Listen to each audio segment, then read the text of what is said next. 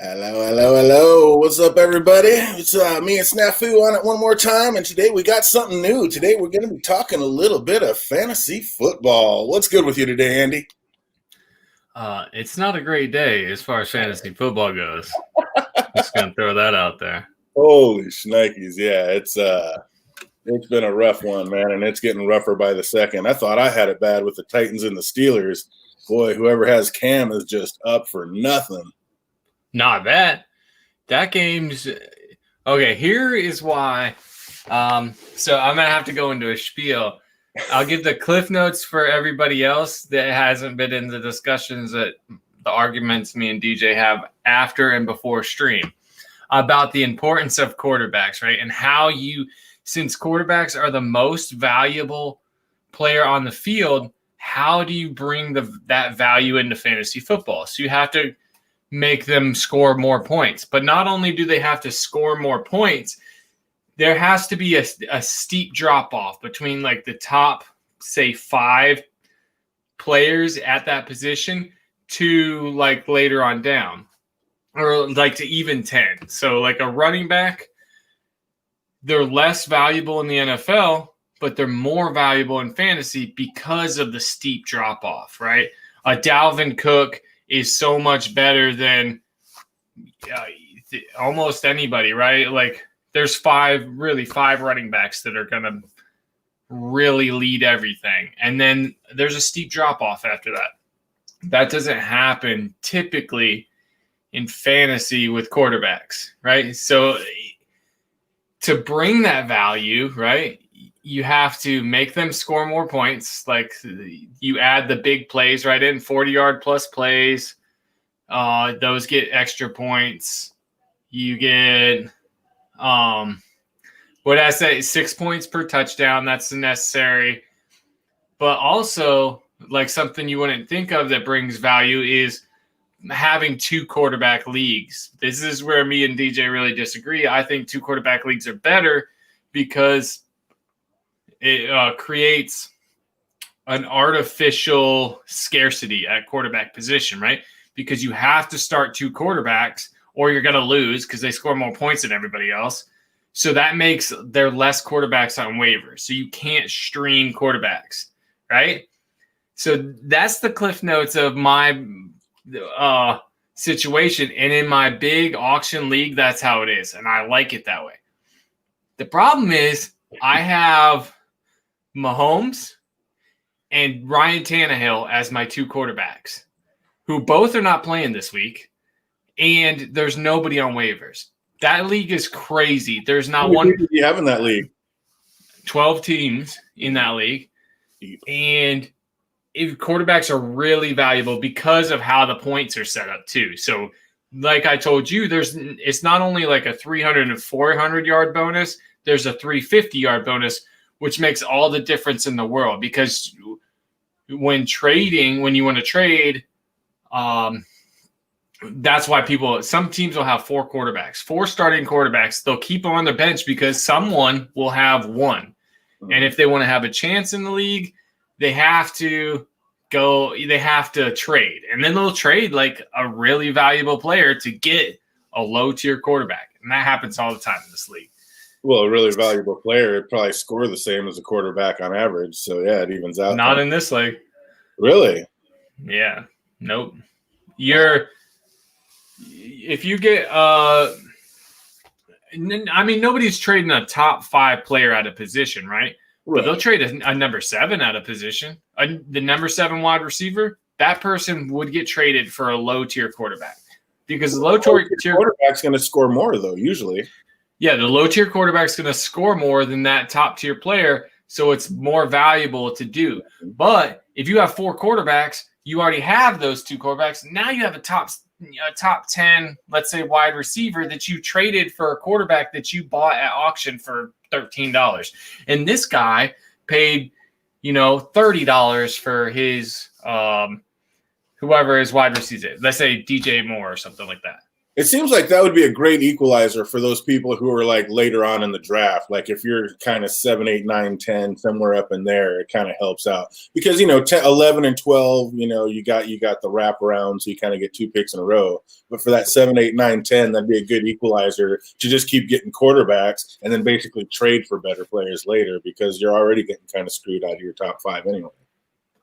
Me personally, I like the later draft picks. Like I like 10, 11, 12. I would rather go there than any other position. Mm-hmm. One, I don't like top 5 because they always get hurt.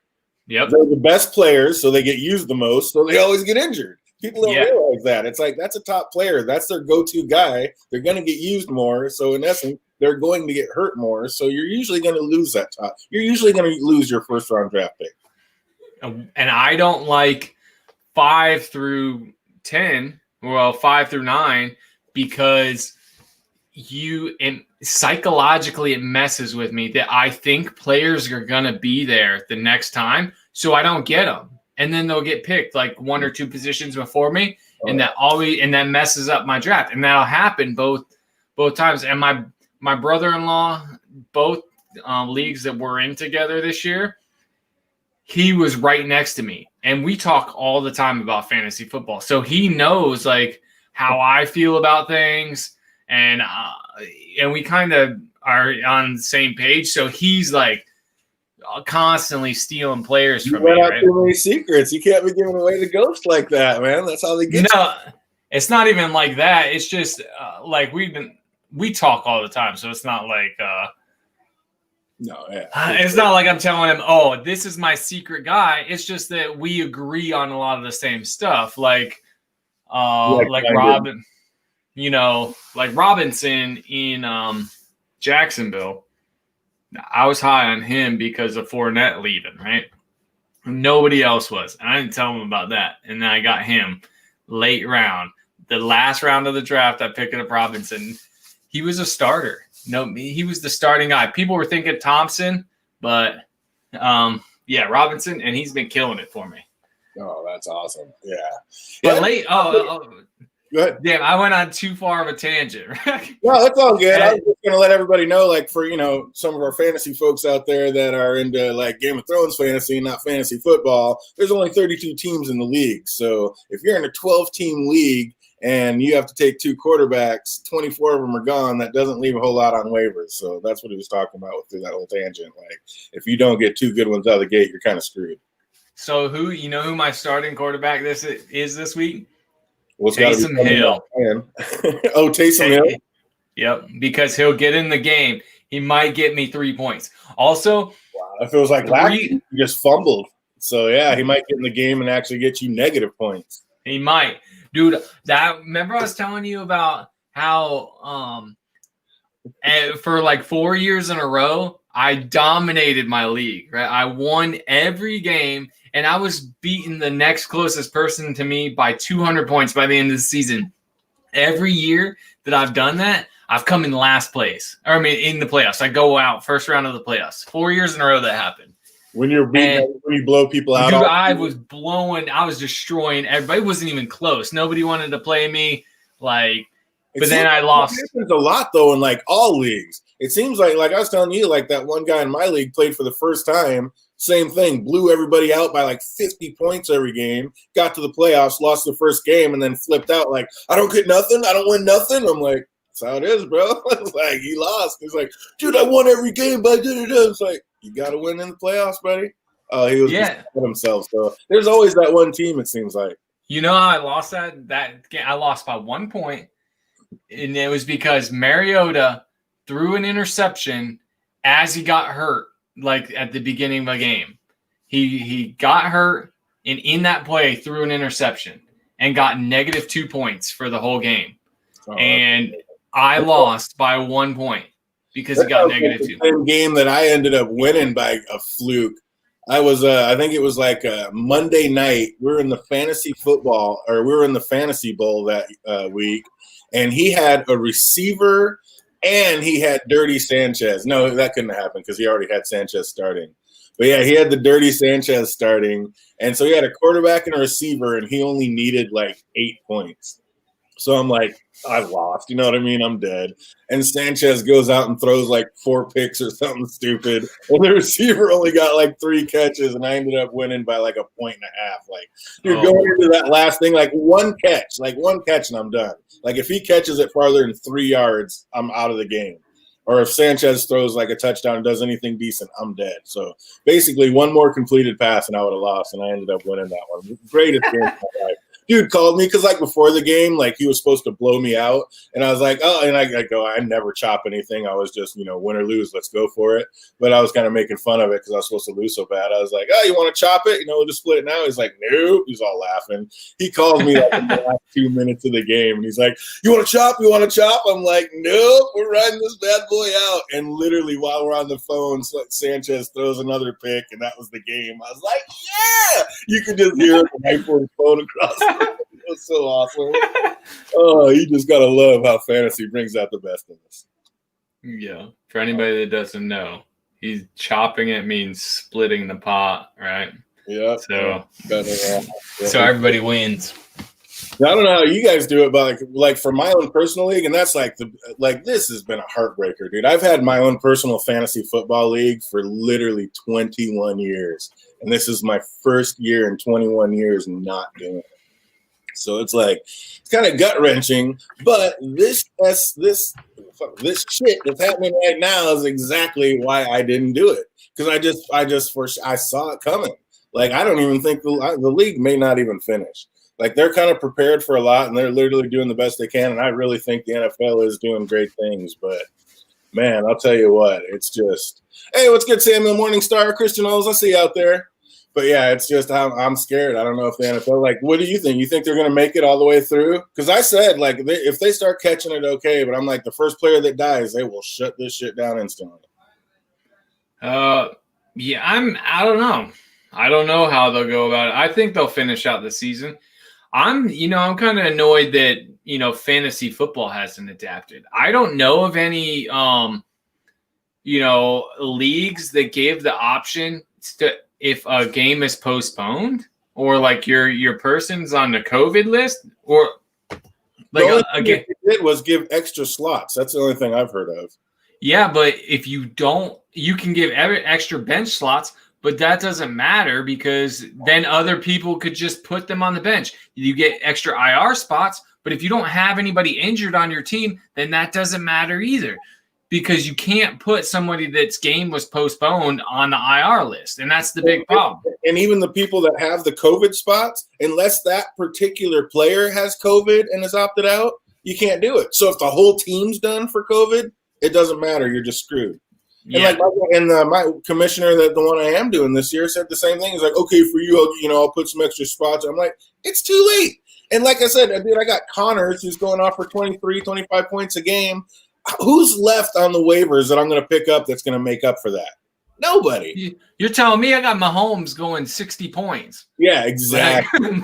Exactly. Oh, I'll just give you an extra waiver spot and, let you go pick someone. Who am I going to pick up that's going to make up those points? So basically, like, my team is just devastated this week for no fault of my own. But now I'm just going to get screwed and literally take an L. I'm supposed to get just washed this week. Dude, me too. This league, I know you hate it, but I typically score 190, 200 points. I'm projected this week 60 points. Yeah, 60 points. Like half my team's gone. Yeah, how is that fair? Like, you didn't do anything wrong. You didn't mismanage your team. Just out of nowhere, just whoop, you're done. Like, what if you had Cam and you're rolling this week, and Cam, and all of a sudden just now today you're just screwed. Oh, we're playing next Tuesday. Well, Cam's not. He's done for 7 to 10 minimum. So it's like, how do you make that up? You think you're going to pick a Cam Newton number quarterback up off the waiver wires right now, especially like in your situation, or a Mahomes? It's not there. So it's like the extra waiver wires and the spots. And even when they do have the spots, it's not adjusted the way it should be. So like I said, all of this bullshit, I didn't know exactly what was going to happen, but I knew it was going to be funky. And all of this shit that's going on right now is the exact reason why I killed my league for the first time in 21 years. Yeah. It's tough. It's tough, but I don't care. Like, that's my big league too. That one's a lot of money if you win it. Oh, so. I won it last year. It was well over $1,000. I mean, I was happy as a. Oh yeah. This one's like $5,000 if you win. That's big time. Yeah, mine's not even big. I just mine's like $50 a team, and then I make it $2 a trade. So every time somebody does a trade, wire pickup, it's $2 every transaction. That's another one that I wish. I'm not in any leagues that do any ad for transaction, but I wish I was. My brother-in-law this week, he probably already has 26 transactions. See, I have a dude in my league that does that too, dude. He matches whatever's in the pot basically by his transaction fees, because he does like 10 a week. Just that's his thing. He just pick them up, drop them, pick them up. He don't care, and he's happy to do it. And I'll give it to him. He's won my league a couple times, but still, I mean, it's ridiculous. Like, and that's exactly why I'm like getting ready to raise the transaction fee just because of him. You're ridiculous. You know what I mean? Like 30 transactions a week is just too much. Yeah, I stream defenses and kickers normally. I'm kind of sucking because I have New England's defense in 2 of my leagues, so they're out this week, and you can't put a defense on IR. But and that's one I'm not going to drop. I will never drop a Bill Belichick defense. Like if I have, that was there in like the final rounds, so I picked up the Patriots defense, and but any other time I stream, I have Tennessee's defense. I'm streaming them. Like I just dropped them. But yeah, it's and kickers are what I use to fill spots, right? When I do waiver wire transactions, I drop my kicker every time. What's up, Jay Cruz? I see you out there. Welcome to chat. Welcome to chat. You play the fantasy football? Oh man, yeah, it's like that guy I was just talking about in his league, because I'm in his league right now. He talked me into it. He needed one more player. I wasn't even going to do fantasy with all this bullshit going on. Plus, I was so depressed about not doing my own league. But he's like, dude, I got this open spot. I need one more player. I knew he was just keep opening, like making it for me. I was like, fuck it, whatever. But yeah, he goes and he doesn't even have a kicker. He streams kickers every week, and then usually he's got his team so juiced up that he's winning by so much he won't even add the kicker. Kind of like his little. That's me. Yeah, it's like, oh, I beat you without a kicker. I don't need a kicker. It's like, ooh, that just digs in a little deeper. You know what I mean? I do that all the time. My brother-in-law is like, "You going with kicker this week?" I'm like, I don't know, because so me and DJ were talking. I knew that there was going to be a lot of injuries this season, and I was telling DJ the other day that I drafted players in my league that I normally would not draft because I planned for injuries, right? Like Dalvin Cook, I planned for him to be injured. So I picked up Madison. Madison's worthless if Dalvin Cook's playing, right? We are like going into the 4th week, and every player is hurt except for the players that I have their backup. I planned on Kamara getting hurt. Nope. So no, he was hurt last year. I wouldn't have planned on that, but I get exactly what you're saying. Yeah. But without camp this year, or like not camp, but preseason, I was like, yeah, people are gonna get hurt. And yeah, everybody, all my players, the ones that I didn't think were gonna get hurt, you know. Oh, please believe. I was the same. I'm like, are you kidding me? Half my team went down in the first week. I was like, are you kidding me? I was like, how is this even possible? Like, I mean, I lost Kittle. And, I'm the kind of guy that, I'll blow a big upper round, first or second even, because that's my strategy. I like to get a tight end early. Like, the tight end is the most black and white position there is. There's usually going to be 2, maybe 3, but usually 2 top-tier tight ends, and you want to talk about a fall-off afterwards. Like, you're talking about 2 tight ends that can go out and get you 25 points a game to where everybody else is giving you like 7 to 11 points a game. Like, dude, that's like an extra player. So that, I mean, I don't know why more people haven't caught on to that, but that's always been my theory. And more times than not, I always at least make the fantasy playoffs and quite often make the fantasy bowl. So I think it's where it's at. Yeah, I didn't pick up Fitzpatrick. Fitzmagic is doing it, but doesn't he always? But you just know that 5 interception game is coming. I love yeah, for sure. But you know that 5 interception game is coming. That's just the way it is. Yeah, okay. And Samuel said, like, he has Lamar Jackson, and that he gets anxiety because he's worried about him getting hurt. Yeah, every week. Me too. I have a league that he was so much more valuable than every other quarterback because the quarterback's so devalued in that league, but he gets running touchdowns and he runs the ball, so it makes him better. But even now, and it's like I get so worried about him getting hurt.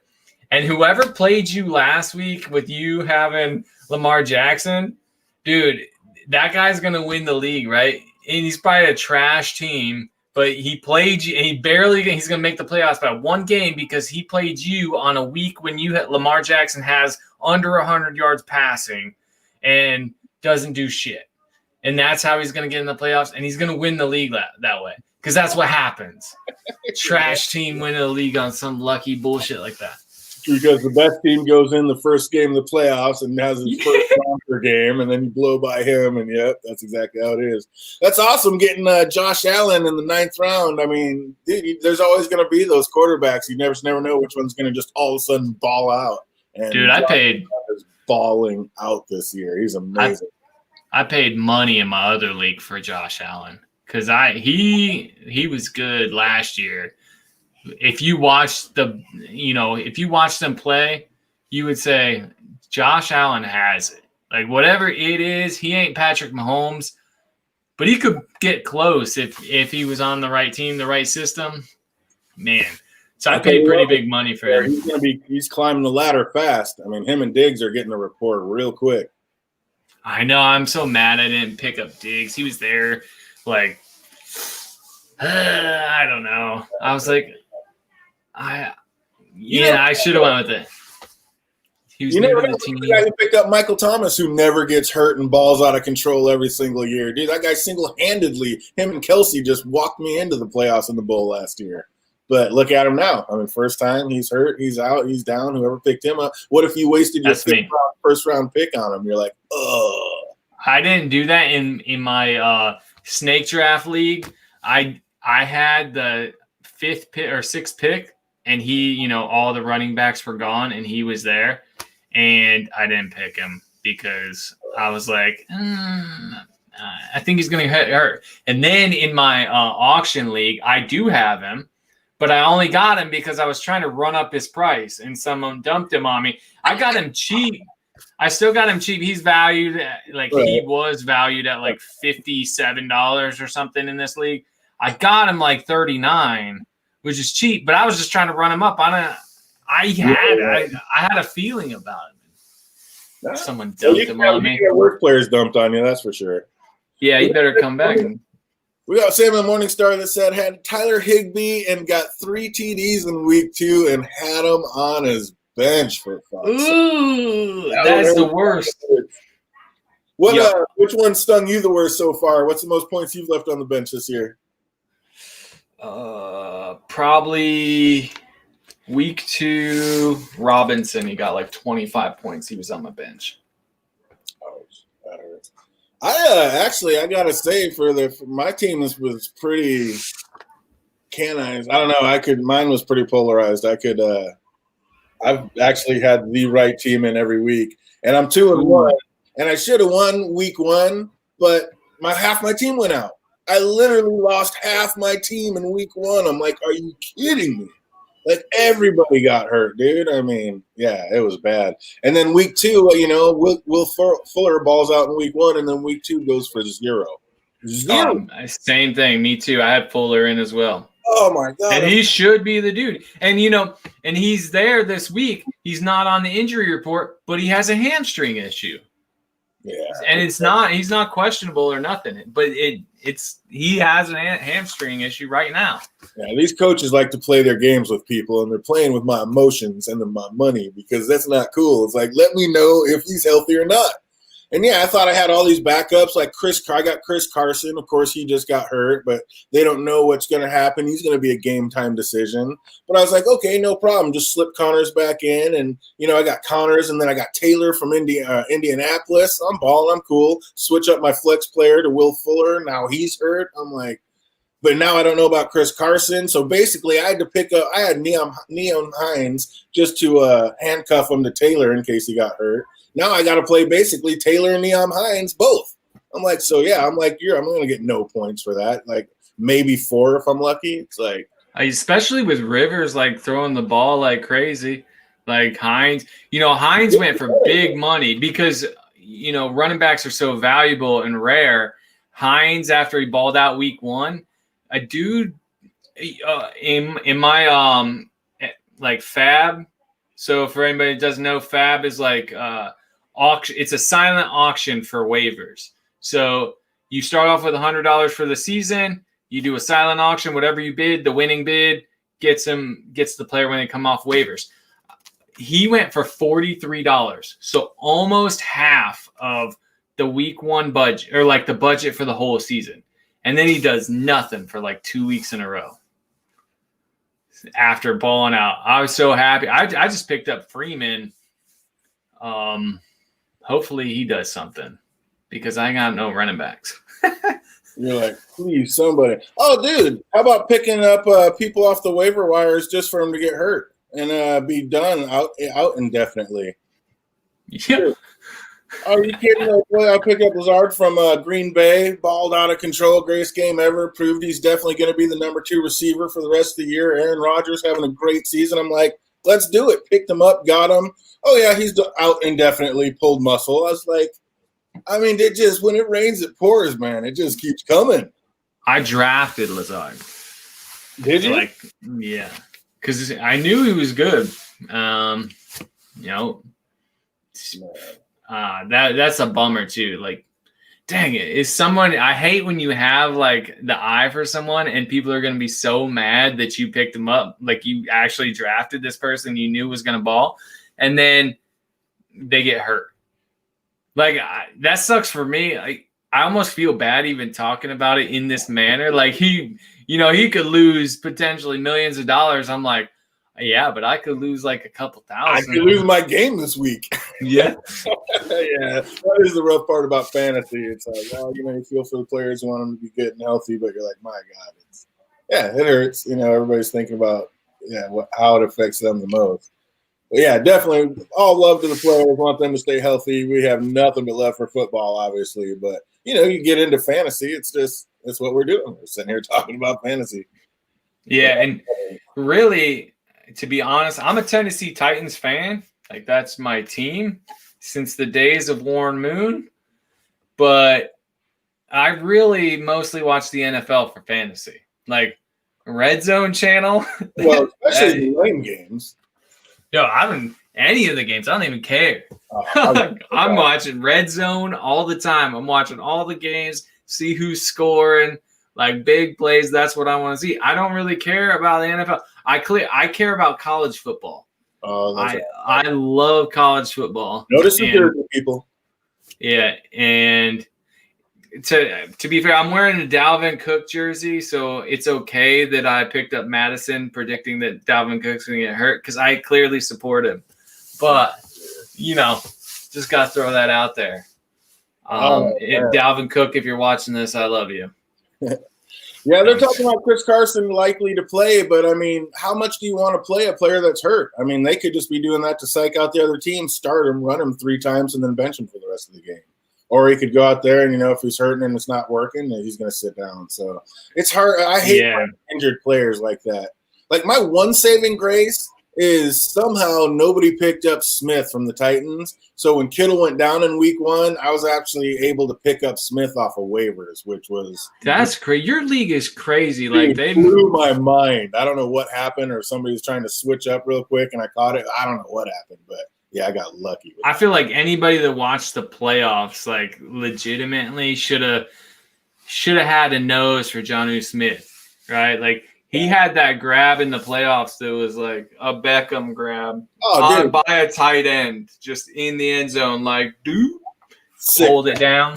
Sick talent. But then, I pick him up, Kittle's hurt, and then he goes, and then now all of a sudden Titans are down. I'm like, are you kidding me? But saving grace, Kittle's coming back this week. Hopefully he's healthy, and I'm sure he is. But that was like my one decent thing. That's why I thought I had everything going. And then the Steelers go down. So now I have no Connors for a running back, and my Steelers is the defense. My defense is Steelers. Dude, so I go on waivers. How many good defenses you think are out there? Dude, I'm picking up. You could have picked the. Hey, dude, it's terrible. Like the worst of the worst is out there. You could have picked up the Jets and would have done pretty good this week. Well, but my league didn't give the option to like the extra IR spot until after this game, which I have the Patriots defense. And I could have picked up I wanted the Jets, but I wasn't willing to drop the Patriots defense over one game. Right. Like I like to stream defenses normally unless I have a dominant defense. Exactly. So, second you drop that, somebody's going to scoop them up and never see them again. You can't give up a top 5 anything in any of these leagues, really. So yeah, if you got one of those, you get kicker. I'll give up McManus or something like that. The kicker though, like the year Tucker was going off or whatever, like if you have a kicker that's literally putting up 17 points a game for you, you're going to get rid of that? No way. I might. No. I might. I'm an idiot. 17 points a game, dude. I'm keeping that, even if it is the kicker. That's guaranteed points. So yeah, I don't know. It just depends who's hot. Yeah, like William Hanby, good to see you. Never seen you out there. Welcome. He says he has Mixon, Adams, Ridley. Oh wow, you're killing it. But Mixon's been such trash this year. Like I have him. Terrible. Obviously, I'm sorry. When I said you're killing it, I didn't even read the last name. I just looked at Ridley and stopped because he just has me awestruck this year. But yeah, Mixon. Bro, I got Ridley. I got Ridley in the league, and I picked him. That's my auction league. I paid $9 for Calvin Ridley, and he is destroying everybody. He's questionable this week. I think he might be out. I don't know. Yeah, that's right. I mean, you can't keep that up all season, but I tell you what, the first couple of games, I just been looking like, are you kidding me? How did I not pick this guy up? I remember him balling out of control at the end of last year. I'm like, what was I thinking? He was already on the radar. Just pull the trigger. But yeah, Mixon's worthless. Adams. Yeah, but people were picking up like Julio went like in my one league. Julio went in the second round to somebody. I'm like, come on, I get it, this Julio, but he's old, man. And last year Ridley was the dude. Like at the end of the season, you saw like, okay, he benefited a lot from people. The coverage on Julio, and that's just it. Everybody double covers Julio, and then he's wide open. But now he's like almost the main man, and he's still doing it. He is, and he can handle it too. That's insanity. Oh, same stuff too. I was just a Bears fan until fantasy. Now I'm hooked on the screen all day Sunday. Absolutely, you gotta love it. The Bears are balling out of control this year. 3-0, dude. What a they're kind of like the Titans, though. They're like undefeated, but in like the worst way possible. You know what I mean? Like they're not playing real well, but they're undefeated. That's like the Titans this year. But who cares? You got 3 wins. They did lose Cohen. No matter how it comes, they're all hard to come back. Yeah, they lost Cohen, so not that he was doing anything but out of the backfield, he is a little bit of threat with those dump passes. Dude, you got Allen Robinson. You're balling. You're fine. You're doing okay in the passing game. Yeah, and Carson did get that gator roll. That was dirty. That was horrible. That was terrible. It shouldn't even been in the game at that point. I was disgusted. How freaking crazy? How crazy is it, right? That a gator roll, you can get fined, not suspended, but you like go too hard on a play and hit someone too hard, you can get ejected from the game while you're doing a football play. Like you're trying to not break up a pass, you hit them in the face, defenseless receiver, you can get ejected, suspended, all of that. But intentionally trying to hurt somebody, you get a fine. Yeah, that's just part of the game. Yeah, it's weird. They're always fine tuning it, and I think they're doing the best they can for the most part. But yeah, stuff like that is ridiculous. Absolutely ridiculous. Oh, William Hanby says Lamar went number 2 in my league. Wow. I lost Saquon this year, so now I need Mixon to ball out. I refuse to sell low. That is a tough one. That's just it. You have to hang on to him because you're never going to get the value out of him. I mean, he hasn't performed. He hasn't done it. And, until he does. And even now at this point, until he does it a couple games in a row, you're really not going to get what he's worth or what you paid for him. So that's rough. But, hey, don't feel bad because I took George Kittle in round 1, and, boom, out first game, killed me. Him alone, if he would have stayed healthy, would have won that first game for me. But, yeah, literally had half my freaking team just go down and out. I had 4 players get hurt in week 1. How early did you draft? Like, he was questionable all through the before the season. Kittle, he had a soft tissue injury. Oh, yeah. I was number 10 in a 10-team league. So I got the wraparound. So technically, I could say Chris Carson was my first round and Kittle was my second. But just to be a smart ass and say I took a tight end in round 1, I took Kittle. So I took Kittle first technically and Carson for my second one. But yeah, I was 10. I was the wraparound. But yeah, man, I just usually that tight end. I mean, ever since the day of like Gronk's and way back when Tony, I was just, how does Kansas City always have like great tight ends for one thing? But yeah, all the way back, Gronk, Tony Gonzalez, like whoever was the best all the way, ever since I've been doing it, taking that first best tight end has really taken me a long way through fantasy. Yeah, you're right. That's one of those positions where there's a steep drop off. If you don't get one of the top dudes, you're scoring half the points of everybody else, or of the top dudes, and they'll win you games for sure if you have a top. I have in my one league, I have both Higbee and Jonnu Smith, and so I'll put like Smith in as a flex sometimes. As I'm waiting for somebody to get hurt. So that I have another starter. I got Jonnu Smith, and I would have been doing it this week if he wouldn't have, if they would have been playing. Yeah, I don't know. It's going to be close. It's cool. He's a great barter piece, like halfway through this, coming up through the season with everybody getting hurt, and him still balling out of control. I mean, I could probably pick up somebody pretty good because he's going to be like a top 3 tight end. So, I mean, I can probably get somebody pretty great for him. I just got to hold it. But, man, with Kittle being as tender as he is, I almost have to keep him handcuffed if I want to, have that position staying strong. So, for people, there's something that people don't normally think of when they think of in trades. Like, I found that, like a car salesman that I am, I'm not really a car salesman, but I will sometimes Jonnu Smith's going to have value because he's already had his bye, right? He's had an early bye, so he will have an extra game than everybody else. He doesn't have the mid-season bye, right? So when you are going to trade him, remind people of that. He's already had his bye week. You're trading for a player that's bye is coming up. So there's that extra value that you're missing out on because you're not going to have this player for a day or for 1 week, and he's going to have them all the rest of the season. The devil's in the details. You got to do it. Absolutely. The little extras. Sell it. Dude, I'm high. Go ahead. I'm high on Justin Jefferson. He has whatever it is, he's kind of got it, and he looks like he can take over for Diggs. He balled the hell out last week. Number 1 pickup off all waiver wires on the NFL drafts. It was amazing. What's up, Peter Griffin? I see you out there. Jumped in the chat.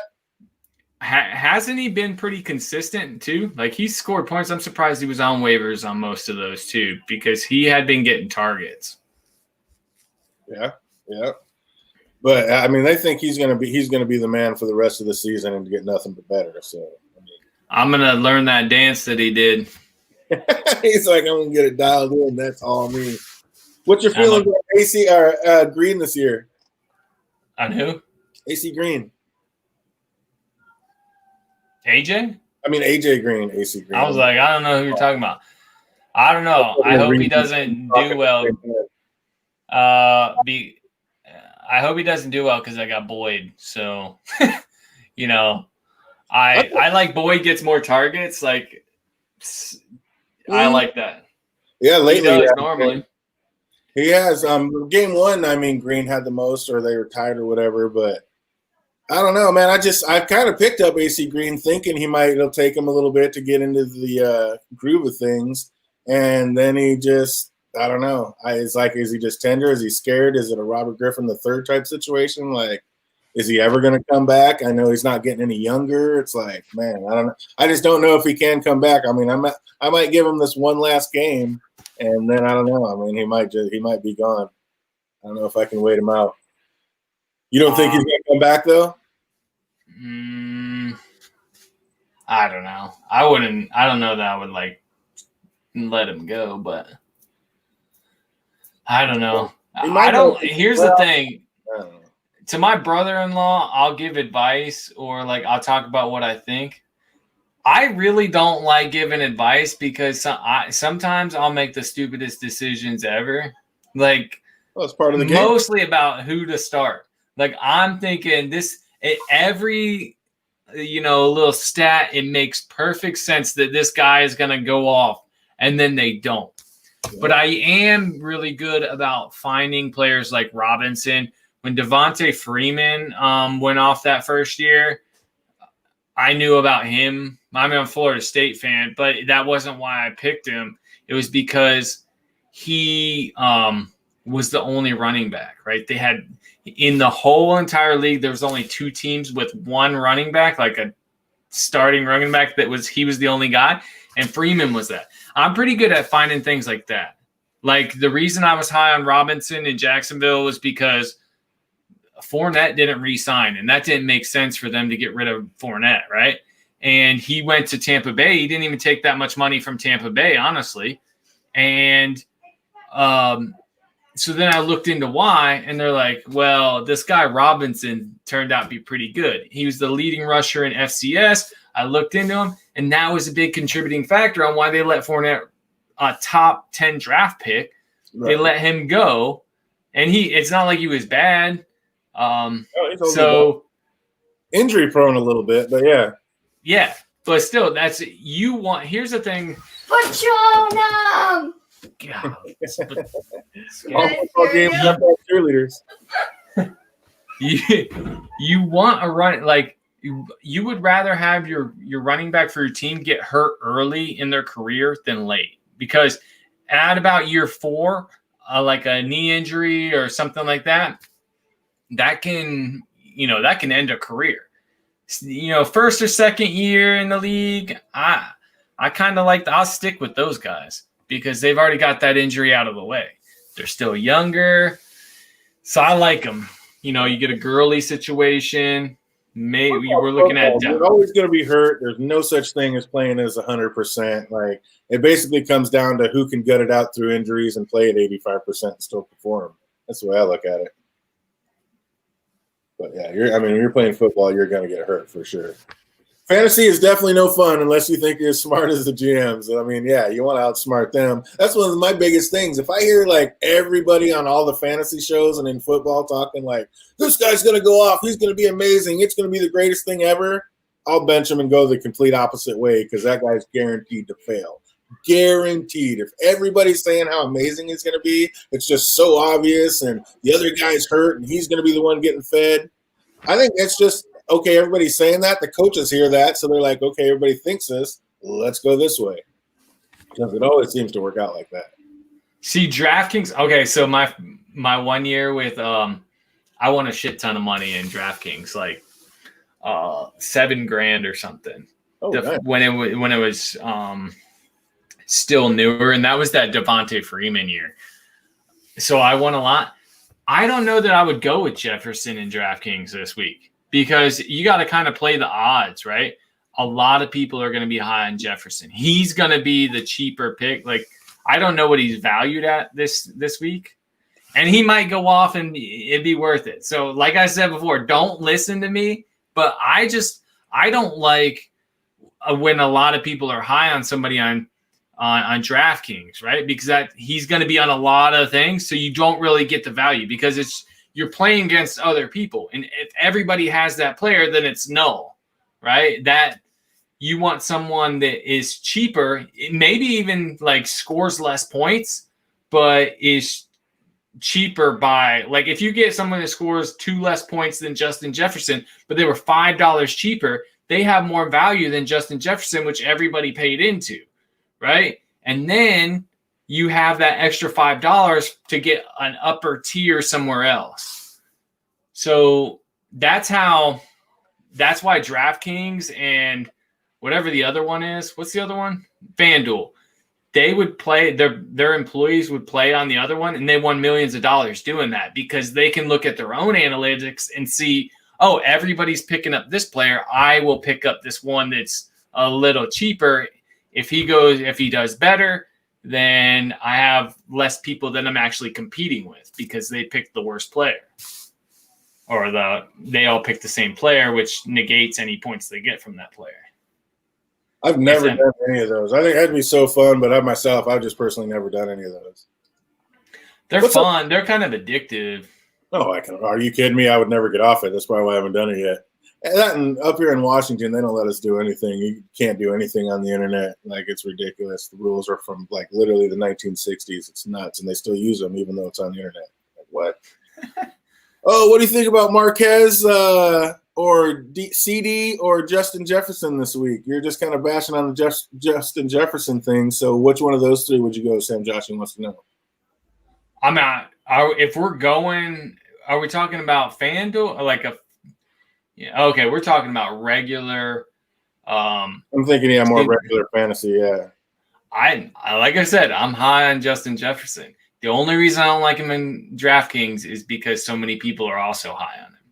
I might have MVS in this one. I mean, who else? I mean, oh boy, could be still going to be hurt. I don't know. I mean, I think MVS, this could be. I thought a lot of people thought last week was going to be his week. I think it might be this week. Well, shit, he got a ton. He still led in targets last week. He didn't get as many points but he led in targets. So I'm saying I think this might be the week he breaks out in balls. He might bust for at least 18 to 20. He could go for 18 to 26. And that's the thing you really need to look at. Like, when you're looking at receivers, for me personally, I look at the targets. Like, people get caught up in how many points someone scored. If they might have 28 points, right? But they got it on 2 catches. And then there's a guy on the team who's he's getting 10 targets a game, but he got him in dink and dunks that game, or they were on him like as soon as he caught the ball. So he has like 13 points or something like that, something ridiculous, right? But if you look at targets, that's where you really want to be. Like Justin Jefferson has targets, probably not as many as Valdez-Scantling. But what am I going to be for Halloween? What? What am I going to be? It's going to be close. I mean, it's anybody's pick, but I don't know. I think MVS might be the way to go this week.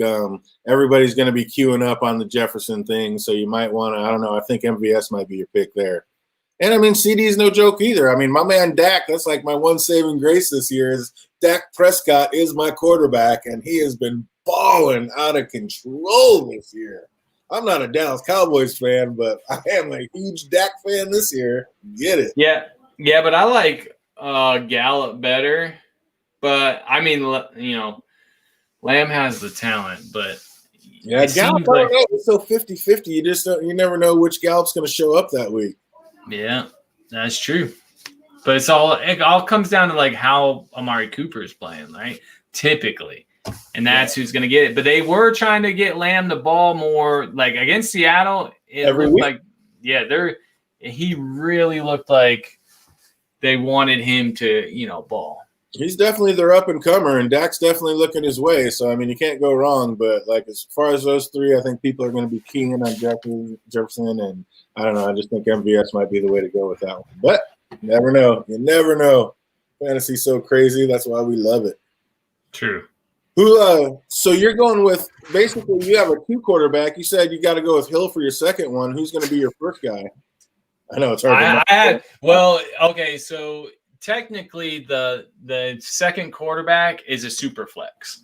Okay. So it's just a regular flex with quarterback added in. So I have to look at it, but I think I had to put Fuller in. I think I had to put Fuller in as that flex position because I have both Tannehill and Mahomes out. So I don't have any other option. I only picked up, I picked up 3 because, so this is what really sucks about it is the quarterbacks are so scarce in this league that I picked up Jalen Hurts because I planned on Carson Wentz getting hurt this season and then having that value. But since now my teams both went on bye on week 4, well, that he doesn't help me. Even if Carson Wentz gets hurt, well, my quarterbacks already have had their bye. He'll have trade value there later, but if he plays. But then I had to pick up Hill because that's the only option. He was literally the only quarterback that's gonna play. He was the only one out there. It sounds like you just outfunk yourself this year. Like you just went too deep into it and just kind of ended up hurting yourself by like. My big thing was because I went Mahomes big money because quarterbacks are so much value in this league. I paid like $70 of the $200 for him. But he's worth it usually. Yep. I'm 3rd place in this league. I should be 1st, but I got beat week 1. But I have more points than everybody else. Oh, nice. Yep, I got smoked in week 1 too. Like I said, I shouldn't have, but I literally had 4 players go down in week 1. I'm like, you gotta be kidding me. Like I got DJ Shark too, but it's like, I mean, man, can you trust him this week? I mean, you got a chest and back. How serious is that? If they're okaying him, you'd think he'd be good to go, but I don't know. We got William Hanby asking, you like Fuller this week over McLaren and Jefferson? I don't know, because now with Fuller talking about this hamstring, I don't think so. I think out of those 3, and McLaren, you never know what's going on with the quarterback situation, so I think you got to go Jefferson in those 3, don't you? What do you think? Yeah. I mean, I'm high on Jefferson, so that's my thing. I think he's really going to take over Diggs' role, and it looked like he had what it takes, but Fuller also, if Fuller could play, like he's the guy.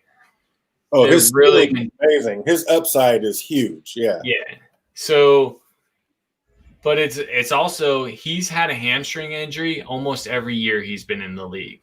So that's worrying, right? And he's had, even though he's not unquestionable, if you look at it, there's something wrong. Like he's going to play.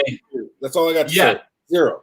They can say like, oh, he's full go, but he didn't practice. And he's had hamstring injuries every year. So yeah, I don't know. I like him. I want him to go, but and I have Alyuk. I don't even know how to say his name, but I don't know, is Deebo Samuel playing this week? If Deebo's playing, it definitely devalues him. But as far as I know, he is. I'll look it up. He was out, and if Kittle and Deebo out, that's why he went off last week, because Deebo and Kittle were out. So if they're both still out, dude, he's definitely like, you should probably start him, or I would. I probably am. He's like, I'm going to. He's like, maybe, but again, listen to me. Yeah, like you never know. And yes, Lamb got big shoes. Shout out to Michael Irvin. Oh, we got Adams and Ridley. That's my play with possibly Adams and Ridley. Nothing, dude. Anytime you got Ridley as part of anything, and as long as Adams stays healthy, that's a dynamic duo. You can't be mad at that. Yeah, Ridley, something.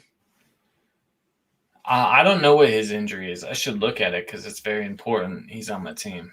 What's that? Oh, Ridley? Ridley's questionable. Yeah, I know, but if he goes, you play him. How about we could talk about that? Like, how mad were you when they switched from like probable to like everybody's questionable? There's no probable anymore. Right. Yeah. Exactly. I'm so mad about that. And then you got guys like Belichick that would put Brady on questionable every week just to do it. Oh, questionable. There's never a question he was playing, but questionable. So it's like you got to take everything with a grain of salt. Like, how hurt are they? And that's what I was talking about earlier. It's like trying to play that guessing game when they're playing with my emotions like that. Like, if he's hurt, he's hurt. Tell me. But don't tell me about this game time decision, play him 2 games, and then sit him. And then I'm just screwed. You know what I mean? It's like, let us know. That's crazy. But, yeah, do you risk playing Tyreek?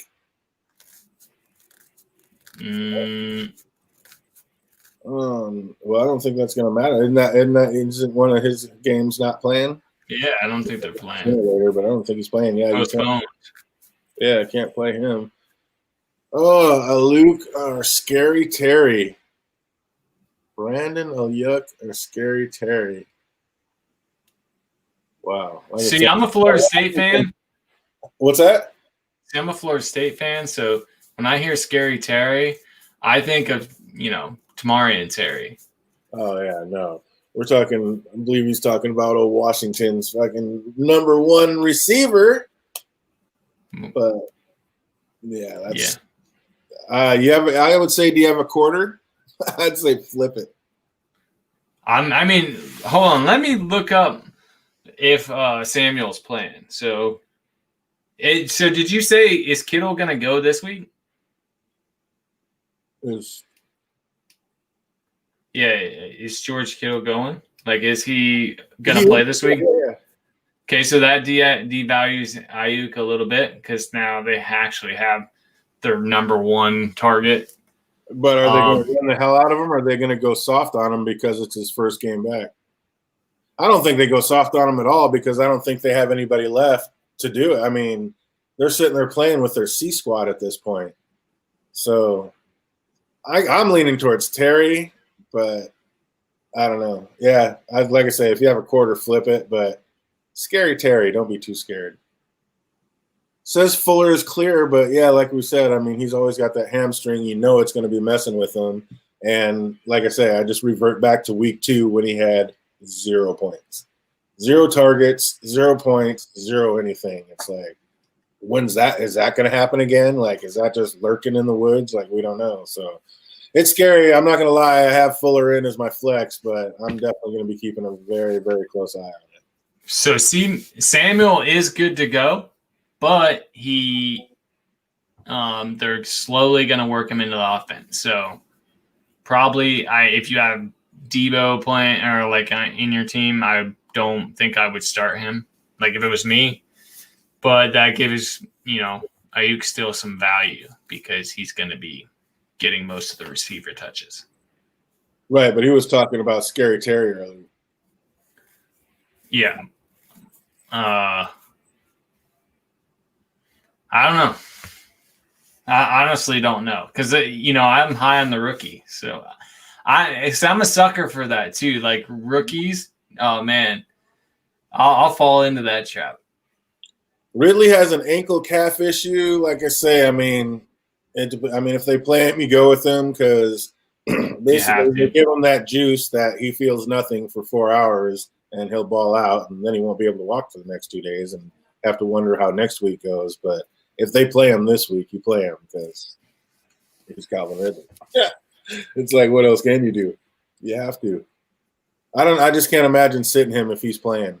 But again, I'm sitting there thinking about sitting Chris Carson because, I mean, whether they play him or not, how healthy do you think he's really going to be? I don't know. I'm scared. Chris Carson fragile. And Chris Carson gets a lot of his value by the number of touches he gets. So if he's not, the number. Russ balling out of control in as many passes as he's throwing this year, it's like he doesn't even have to touch it very much. Just get, two passes, run them for touchdowns, and there you go. Yeah. Chris Carson. Yeah, but it's all the opportunities he gets. He doesn't score all his points on those, like every opportunity. That's what I'm saying. He is the running back there. That's what I mean. Like, so if he has a nagging injury or something wrong, he's not the running back there.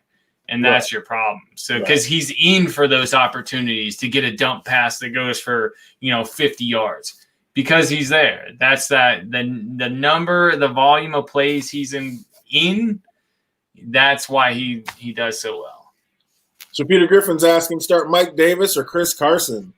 What's going on with McCaffrey down there? How much longer is he supposed to be out? I don't know. But aren't there? There's not rumblings about him coming back yet. So this week, I almost think you got to go with Mike Davis, don't you? I mean, with a hurt. for me, as I've been saying over, I like when you're the only guy. I like that when you're the guy. I'll take a mediocre running back that is one of, the starting running back with maybe like only a guy that's getting like 10 touches behind him or 10, single digit touches over the best running back in the league that's part of, a 50-50 split. William Hanby's with me. We're going Mike D in this situation. Yeah, I like it, but I just think Carson's going to be too hurt. I don't think he makes the game. I don't even think he starts the game, to tell you the truth. But, yeah, and that's kind of what I'm saying. Like, he's not going to be the only guy there. He's going to have to split carries. And Mike, we don't even know how Mike's doing. So yeah, I don't know. Yeah, Davis is going to be the guy there because they don't have their number one dude. A lot of the pros are thinking this is the game that Seattle goes down, cross country early game and just shits the bed, a little much too on the high horse. And I got to admit, I mean, Seattle has squeaked out some squeakers. Like, we've gotten lucky to be 3-0 right now. But I don't know. You're just, when you got my man Russell Wilson behind at the helm, you always got a shot. You're never out of it. He's definitely killing it for me in my one league. Well, we got my man William Hanby as a Hawks fan. Hell yeah, that's what I'm talking about. As a Seahawks fan, it makes no sense to even risk Carson at this point. Man, every game counts. And I mean, Miami's coming off a big win. They're excited. Got the Hawks going cross country, playing early out of their time zone. Like I said, this is like the perfect scenario for them to get a loss, and every game matters in the NFL. So I don't know. If you got a Chris Carson, you almost have to play him, but I get what you're saying, but I don't know. You can never slack off. As we saw with my man Metcalf last week, you can never slack off. Can you believe that? Just walking into the end zone and gets it punched out for a touchback. Did you even see that? That was how I was so mad because I have Russell Wilson as my quarterback in my one league, and it was a close game. I won. I still won, but I was so mad at Metcalf. I mean, he came back and he does it when he needs to, but man, I bet he felt so bad. And he doesn't seem like, Deshaun Jackson, you remember when he dropped the ball at the 1 yard line and like he got made fun of a lot? He did that in college too. I don't think Metcalf does that again. I don't think in his NFL career, I think he hustles through every play to the end zone for the rest of his NFL career because he seems like that type of dude. But that was gross. Oh my God, I was so mad. I hate the Cowboys too. I couldn't believe it. I could not believe it. You go from 6 points to giving them the ball. What did you do? Yeah, my man Russ had a little talk with him on that one. Oh, the Miami record. You like 9-7? Let's go with that. I like that. That's probably better than what I would say. This is not the year. Like I said, last year, the way they picked it up, we have 11 first and second round picks in Miami over the next 2 years. So they got a lot of them this year. We'll be picking up and filling in the gaps next year. And then the year after that is when Miami makes a serious run in the playoffs. Year after that, we take the Super Bowl, baby. You can't have 11 first and round draft picks and not just put an all-star team together. Miami's coming. I heard it here first. You could. Miami could do it. No way, I'm telling you, Miami's they're not the Browns, but they're close. Oh, the Browns are starting to put a team together too. I'll tell you what, if they can ever get Baker to actually wield that helm, they've got all the pieces of the puzzle. They just need to make them fit. They suffer from like the same problem as Tampa Bay. Tampa Bay can never have a quarterback, right? They never have a guy that's good while they're there. They won the Super Bowl with Brad Johnson. And all he did was the Trent Dilfer type of play where just don't turn the ball over because they had such a dominant defense, like the John Lynch, Derek Brooks defense, like Warren Sapp. Warren Sapp, That's how they won the Super Bowl. And all their quarterback had to do was not turn the ball over. And that's how they ended up winning. They cannot have a court like they can't. People will go win Super Bowl somewhere else after leaving Tampa. Trent Dilfer did it. Gosh, dude, what's his name from 49ers? Famous quarterback. Whatever. People know who I'm talking about. He got drafted. The Playboy guy. Yeah, I just got a total mind block too because you said that now. The guy who's hurt, their starter, right? No. I'm talking about old school. Or Montana or Young, Steve Young. Steve Young. Wait, Montana. Whatever. One of those two were at Tampa, and then they went and they go win a Super Bowl in San Francisco. Oh no, you're not. That's who was that? That wasn't either one of them. It is. Joe Montana and Steve Young played for Tampa Bay. One of them. No. Hold on, let me look it up. This is before my time. I'm not a Tampa Bay fan, but I'm from the area. This is like the lore that they ruined quarterbacks. Browns are the same way. See out there, buddy. I think it. What are you talking? I can't. Yeah, I don't remember. I know Joe Montana at the end of his career went to play for Kansas City. Like, that was kind of a weird thing to see Joe Montana in a Kansas City Chiefs uniform, but I don't remember him being at Tampa Bay. That's for sure. That's crazy. It's probably Steve Young. Definitely not the know-all, end-all for all things football. That's for sure. It stats. Jeez Louise. But yeah, I don't know. Well, I'll tell you in just a second. Yep, every team has a two-back system. You have to. This is the first year. I mean, a lot of times, a lot of people like to gear up on a whole bunch of backs because you never know who's going to get hurt for your fantasy football team. This is the first year I did that. I actually picked up more backs than I usually do. I actually have quite a few receivers, too. I don't know how I got my team like I did, but I actually like it where it's at. I got a Dak Prescott for my quarterback. Now my team's all screwed up because of what's going on. But, I had it going on. I had James Conner and Jonathan Taylor for basically my running backs with Chris Carson as my flex, which was huge. I got Phillip Lindsay for when he comes back. So when he gets healthy, hopefully he'll help bring it in for towards the playoffs. And then I got for my tight ends, I got Jonnu Smith and freaking George Kittle. I don't know what more you could ask for there. For the Steelers, I got the defense. My kickers, Robbie Gould for San Fran. But yeah, I got DJ Shark, and I got Will Fuller, Mike Evans, and AJ Green for my receivers. Which that's really. By the end of this season, I think things should be all systems go. But when you have this COVID stuff breaking my teams in half, it's like, man, it doesn't make it any easier. I see that. I want to see Gators. So it was Steve Young, and it was like the year I was born in like 85. Really? So that's why I couldn't, I wasn't sure. I knew it was one of the best quarterbacks in San Francisco, but I didn't want to say it like I definitively because I would have probably said the wrong one. But yeah. So he goes and just, dominates somewhere else. That's what happens at Tampa. Browns are the same way. Yeah, that's so sad. I don't even remember it happening. That's one of the greatest quarterbacks of all time, and I don't even remember that he played for him. That's how quick they're in and out of there, I guess. DJ Dallas maybe, but Homer I think is the one we're going to be looking at if Carson's down. I think we got the Homer action. Go Homer. But yeah, that's going to be crazy, crazy, crazy. Oh, they won a Super Bowl with Gruden. Oh yeah, Phil Gruden. He's the man. That's why little Chucky gets so famous now.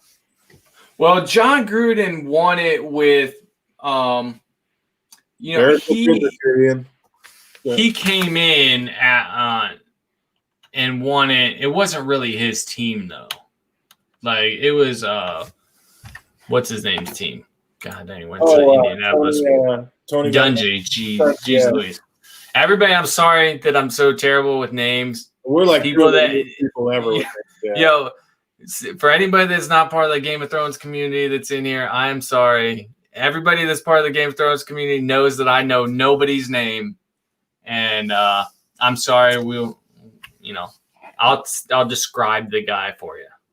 That's the best you can get from me. And we're all doing this straight up out of our little brains. Like, I don't even have any notes or anything up. I'm just flashing the pan, just trying to remember everything on the fly. So, yeah, sorry if we get a few things screwed here and there, but you already know what it is. Fantasy. Oh, Christian had you way back there, played for Tampa. Not as weird as seeing Favre in Minnesota. Yeah, I don't know, though. I think Montana and Kansas City is almost as weird as Favre in Minnesota, but I feel you, Jake. That is right there with it. Tit for tat, for sure. Oh, Hoyer's going to rip it up for the Pats. You think so? I mean, man, that's not a lot of time to train up. Like, you think the Pats have a chance with a quarterback that's only going to have, like, less than a week to gear up for the game, 3 days maybe? Yeah, okay, so my hypothesis on the whole system, like that Brady, I don't think he's the greatest quarterback of all time. I don't. I think that Manning is likely the GOAT because Moreno, how many Super Bowls does he have? He is great. I'm not saying that, but he did the most with the least is all I'm saying. Here's the thing. When the Patriots when Brady went down, the Patriots went for 10 or 11 wins that season. 11 wins. They didn't make the playoffs with Castle playing, right? And they didn't make the playoffs, but that was like the first time ever in NFL history that an 11-win team didn't make the playoffs. So that's not really Castle's fault, right? But it looks good on Brady's record. What did Indianapolis do when Manning left? When Manning got hurt, they won one game. They won one game the whole season. So Manning was Indianapolis. Then he goes to the Broncos he can't feel his fingers, doesn't even know when he's letting go of the ball. Like, he could not throw the ball, but he managed the game so well. But it made him better somehow. Yeah, because he had to rely on his brain, which is his strong suit anyway. Like, him reading, he's a smart dude. If you took Aaron Rodgers on plays where there's offsides and you made every play like that, that's Manning, right? He's just that smart. He's good at football, like that good. That's why I think Manning's the greatest. But I got off another tangent. Sorry. So that I don't think Brady's the GOAT. I think Belichick's the GOAT, right? Belichick made Brady, and that's why. People that make that argument. There are a lot of people make that argument. Like, that's so. And Castle is the evidence. Now it's not because Bledsoe. When Brady came in, Bledsoe looked amazing, right? When Bledsoe went down, he was looking amazing that year, like better than he had in forever. And that was under Belichick. And my man Brady says that Manning only won all those games because he went to the Broncos, who arguably had the best defense ever. They did. They had the best defense ever, but they were damn good. Yeah, defense wins championships. Oh, yeah. But his management. Yeah, but they still had that defense all those seasons before. And they won with Tebow. So that's, basically. Oh, the Falcons should be 2-1. Are they just on the grid? Like, dude, what's up? Are they on the worst night ever? I mean, they've had some disgusting losses this year. So for anybody that's played football, they know that like coaches have this saying, and it's so funny. So coaches will tell you, play every play like it's the Super Bowl, and they'll yell at you all the time. Someone needs to tell the Falcons, not that Super Bowl. Like, play it like a different Super Bowl, because man, they're blowing games. They're the new Lions, man. Yeah, they've had some heartbreakers. That game with the Cowboys, that onside kick was the most amazing thing I've ever seen. Like, all they had to do was kick it out of bounds. The game's over. Like, just run up to it and just kick it out of bounds. You can't. That's a penalty. How is that? Only the kicker can kick the ball. If you go to you go to pick up the ball and you accidentally kick it out of bounds, I don't think that's a penalty. You can't kick the ball. A regular player, you can't even. You can't intentionally knock the ball out of bounds either. The kicker's the only one that can kick the ball, or a punter, and a player can't intentionally push the ball out of bounds, or they can call a penalty. I don't think that's right. I think they can kick it out of bounds or move it out, kick it out of bounds. Like even if they take a penalty, so what? You take a penalty, it's 15 yards back, and then they kneel on the ball and it's over. You redo the play. I don't know about that. Yeah, you can't intentionally hit the ball out of bounds. I'm pretty sure I even heard one of the analysts talk about that. Like, why didn't somebody just run up and kick it out of bounds? The game would have been over. So well, the analyst doesn't know the rules because you can't kick the ball. I'm not 100% on that, but I was pretty sure I thought one of them could have just went up and just knocked the ball out of bounds and it would have been over. I think you can help it out of bounds. Amazing play. What's that? I think you can help it out of bounds. You might be able to pad it because they don't know if you're really trying to. But I think if you bat the ball out of bounds, dude, that might be okay. But you can't kick it. I know 100% if you walked up and kicked the ball, you would get a penalty. And you would have to redo that play. I don't know. If you're running up and you act like you're going to pick it up, but your foot just accidentally boots it and you boot it out of bounds, I think that's fine. I think you could totally do that. But I don't know. Yeah, I have to look into that. That's crazy. But either way, the fact that they just sat there and watched that ball go to the 10-yard line for the other team to get was just – I don't care if I'm scared I'm going to drop it or not. I'm not going to let it get to the 10 for them to jump on it. Like, do something. Don't just stand there and watch it and then watch them get it. Like, I was just in awe watching that go down. I was watching that live. It was amazing. And I was happy my man Dak got some more points and actually pushed me over. So I was happy, but my God. Yeah, Dak single-handedly bringing me home. I've been crushing it. My man Dak is doing it. He's going big for me. So you think it's going to be Mahomes that takes you across the line? Is he the one who's going to bring you to the promised land? Is he going to stay healthy and stay strong and actually have another repeat year, an MVP-type year? I mean, he's done it for me 2 years in a row. I've won this league with him 2 years in a row. So make you pick him up first every year then. Yeah, that's why I pay so much money for him. Until he loses me a season, I hope nobody in my league's watching this. I'll pay $90 for Patrick Mahomes out of superstition. Just to get him, Yep. He's won it for me. He scores as much as three players anyway, so I mean, it's like having three players in one for real. So yeah, it's I don't know. So you think this year is going to make it all the way through? Do you think this is going to finish and we have a Super Bowl and everything happens? Yeah, probably, but it's going to have an asterisk. It depends on especially if it goes down to teams having multiple outbreaks, right? If you have. So right now the Titans have 5 or 7 players that tested positive and then 5 or 7 staff members. What happens if and they switch the bye weeks around so that they now have the bye week this week? What happens if that happens again to the same team?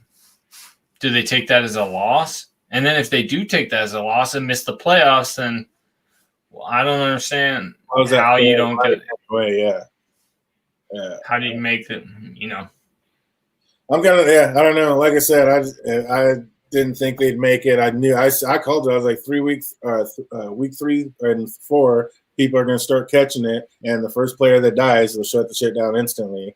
And even, if they don't, it's more and more, how many times do you get away with that little free pass, like you were saying, just having a bye week? So now the bye week's over, you catch it again or somebody else comes down to it.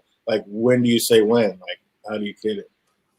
Until you're just to the point where you're screw it, just let them play with it. You can't really do that. So, yeah, they're going to have to pull the ripcord, I think, at some point. But, I mean, props to them. People in the stands already get it. They already had their first fan that got got caught with it. So, I don't know. It's going to be crazy. Well, I wish them all the best. I love football, and I'm going to enjoy it while it lasts. But I would not put my money on it making it all the way through this season. That's for sure. Me neither, but I'm hoping.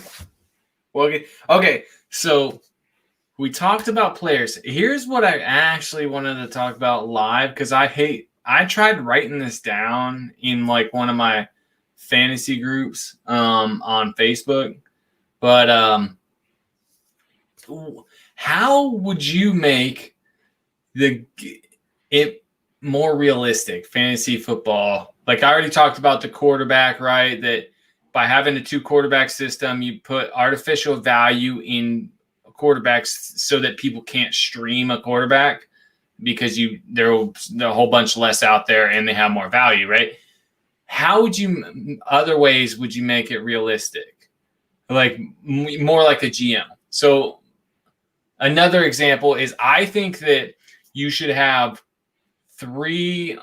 let's say three starting running back positions, and then you should average out the points of all of them, and then they each get those points. Oh, wow. But why, though? I mean, that's not how running backs do it. You have one running back that balls out of control, and then you have a backup running back that just brings in the short yardage 3-point, 3-yard gains. So, I mean, just like I don't think it's realistic having two. I hate having two quarterbacks. Like, I get what you're saying, and, I see the reason behind it, but you don't play two quarterbacks in a game, and I just don't. A quarterback should be the most valuable. He's also can lose the most points. He can throw an interception or fumble it. So he has the most potential of having a bad game. You get, a Big Ben out there throwing 5 interceptions, and all of a sudden he's got -5. It would have been better not even playing a quarterback. So I just like the one quarterback. I don't even like PPR leagues, to tell you the truth. My personal league isn't even a PPR league. Yeah, so. And I think PPR is probably better. I built this whole system, right? Of like my fantasy league. This is how in depth I go sometimes in my own head. It's all because I was explaining to you about why I like two quarterbacks. But so thanks to you, I got this whole rabbit hole while I'm trying to go to sleep because I got work in the morning. I gotta wake up at 4:45 and I'm thinking about like, oh, I could do this. The running back system is because most teams they do running back by committee. So all the running backs average out to your run game, right? So it's good to have each one.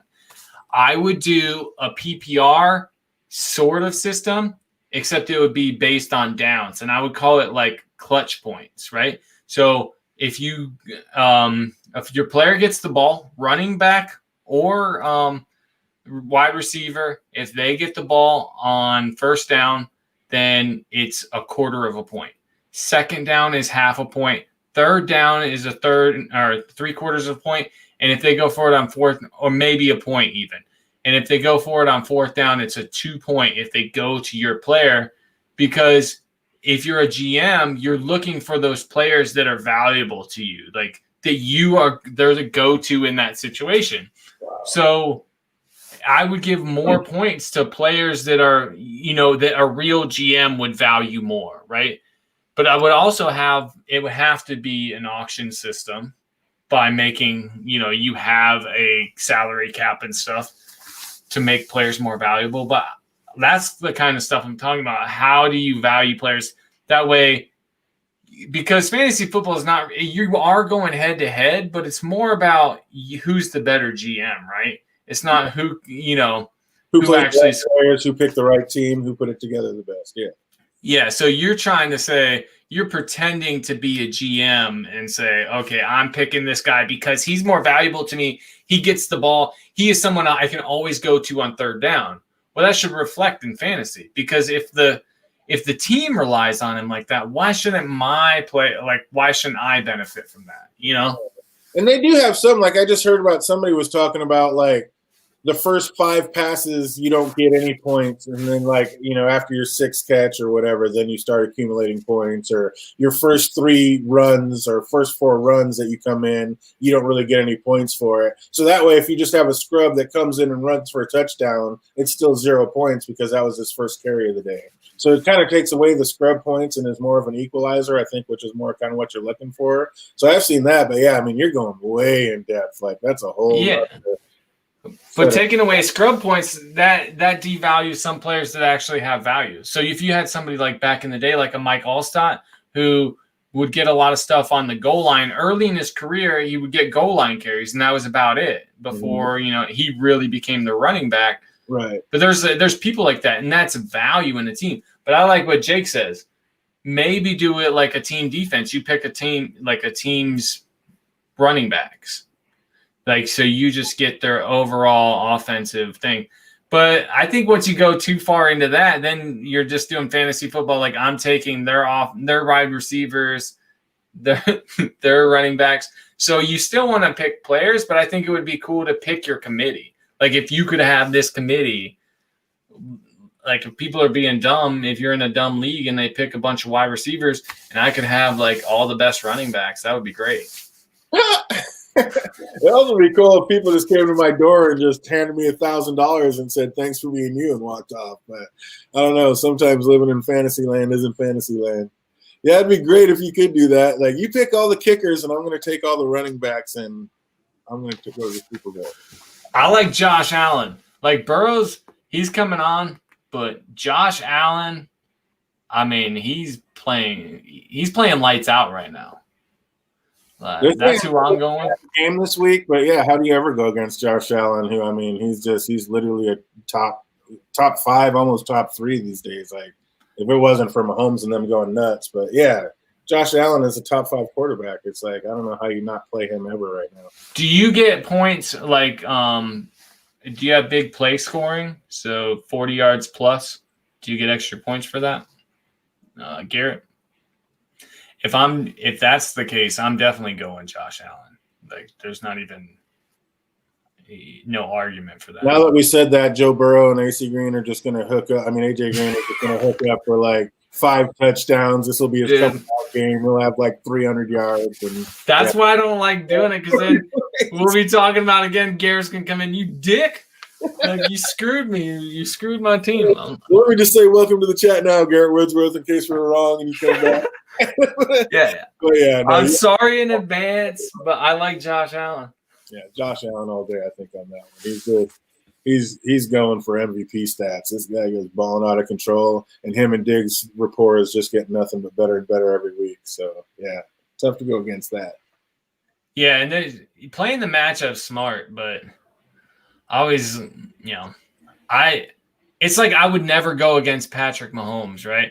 Now, Josh Allen isn't Patrick Mahomes, but Patrick Mahomes against the Patriots defense, I don't care. I'm still going Patrick Mahomes, like, over any other quarterback in the league. And that's, sometimes it's just like that. Sometimes players are just matchup proof. I mean, I see what you're saying going, you get the extra points for passing and you like the matchup better. But I just think at this point, Josh Allen's matchup proof. It doesn't matter who he's playing. He's going to be balling out of control. So yeah, but 200 yards. I mean, I get why you would want to go Burrow too, because you do get the bonus at 200, which that brings value to quarterbacks, but it brings value to lower quarterbacks too, because almost everybody hits 200 yards. Right. But I'm saying I think Josh is going to be. I put him over 300 almost every game, basically. But the ceiling is too high to try to go up against it, I think.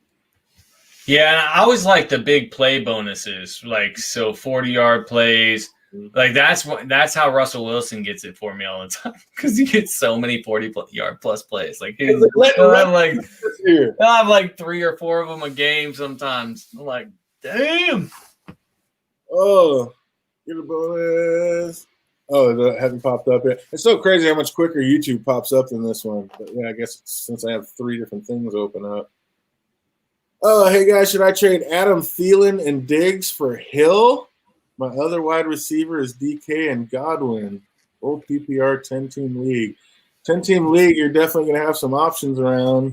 You already got DK. We've already seen that Godwin can't stay healthy, so that's almost a scratch. Adam Thielen and Diggs for Hill, man, I don't know. I think Diggs is just getting better by the week. Thielen finally waking up. He had a game. I don't know. I don't know if I love that trade. Yeah, I'm not trading Diggs.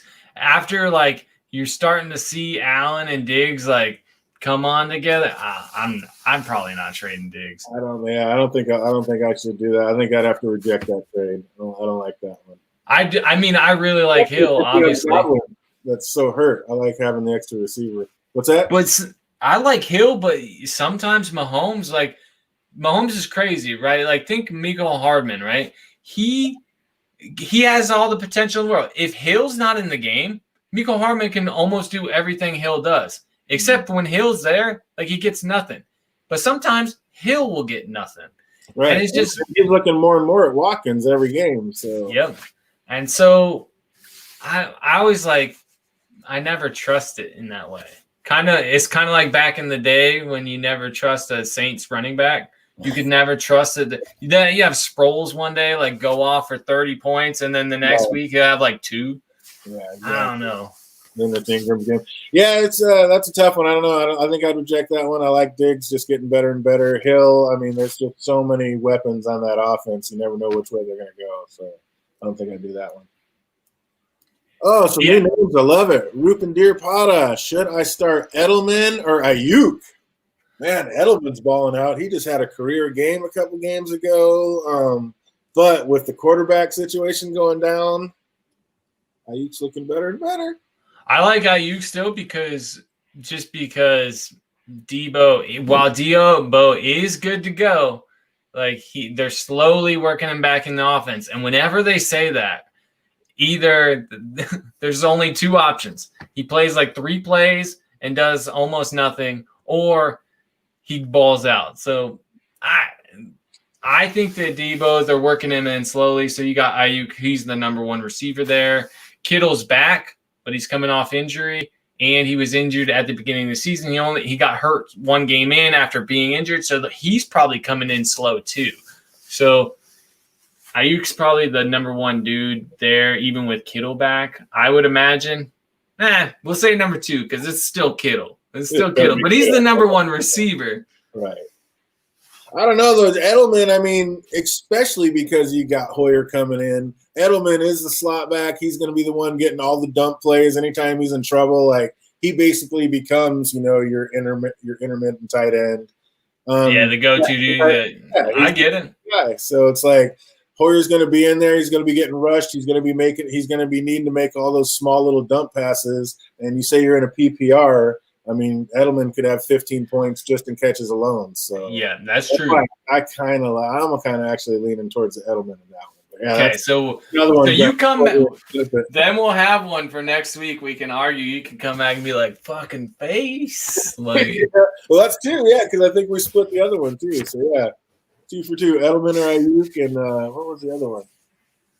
We're kind of 50. Oh, the Scary Terry. Oh yeah, true. Yeah, Aiyuk, everybody's wondering about this man. Got big questions. So Aiyuk, I hope he goes off again this week because then I can trade him. He'll have 2 weeks in a row, where he went big. So I have so many wide receivers. I need a running back. Oh, Garrett's still sitting there just grinding over that Josh Allen. He doesn't know which way to go. He's like, hey, I get it. Like that's one of those tough ones, and and it's different when they points per reception or your points per pass. Dude, those scores get out of control. You were talking about my scores and how we score in my league. Too many DJ, points. For anybody that wasn't here before, DJ doesn't like 200-point games.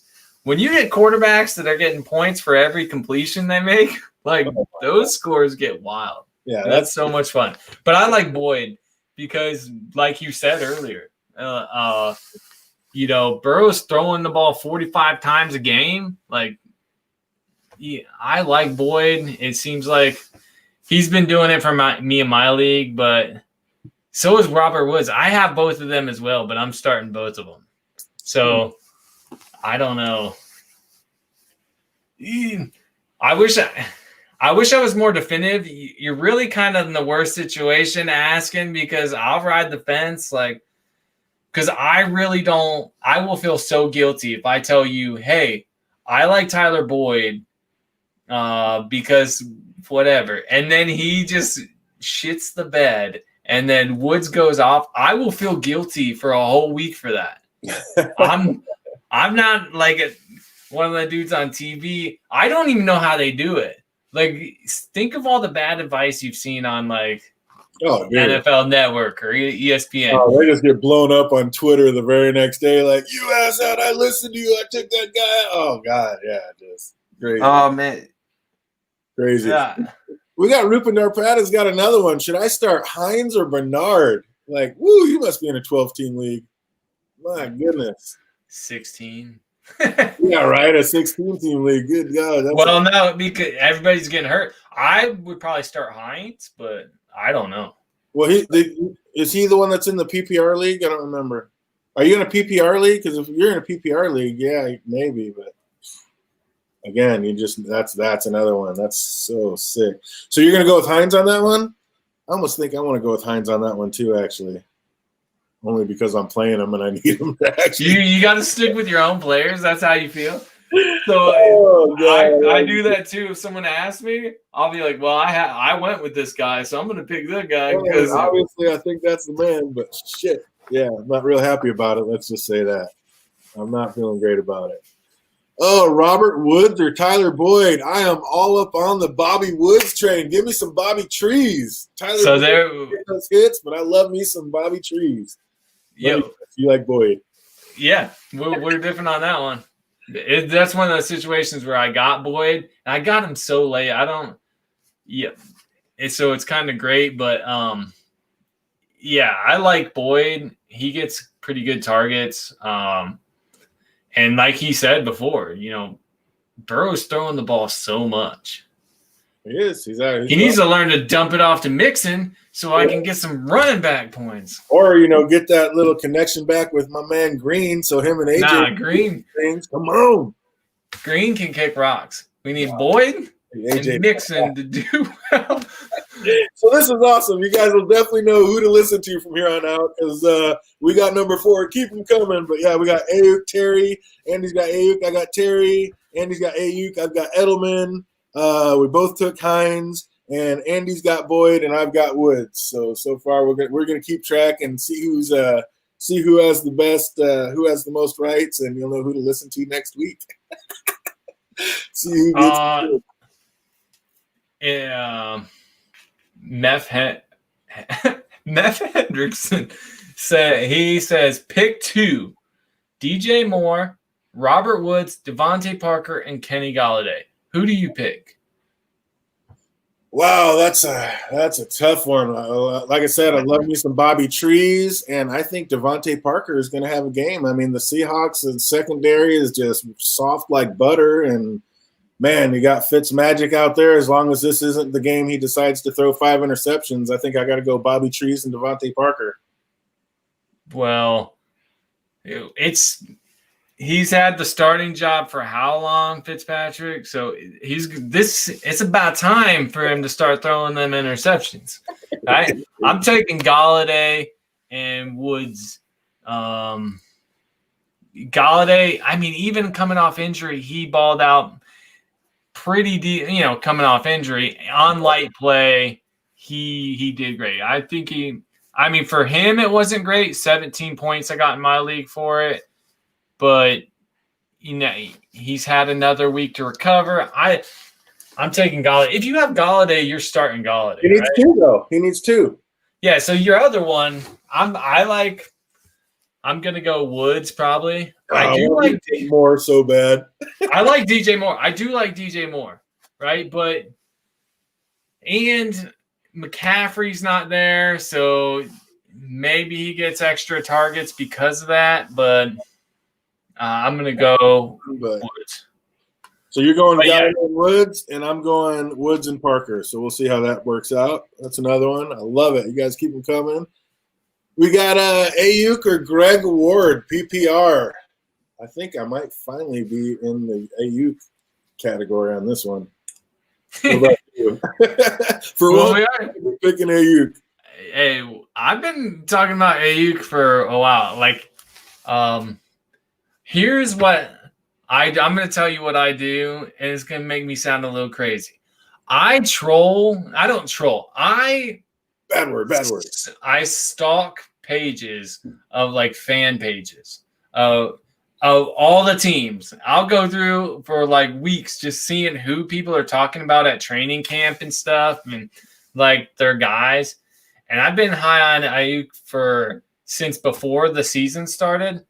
So I'm a little biased when I pick him every time. So I want everybody to be aware of that. It's just because it's I had this secret information that nobody that I play with, because I play all East Coast people, right? So a lot of Bucks players and Falcons players and Saints and Tennessee, those players everybody knows about. So when I'm stalking San Francisco pages, It's like a secret that only I know. So I'm just letting you guys know that I might be a little biased and it affects my judgment. So is that a long, long walk to saying that you're going with iuk yet again? Yeah.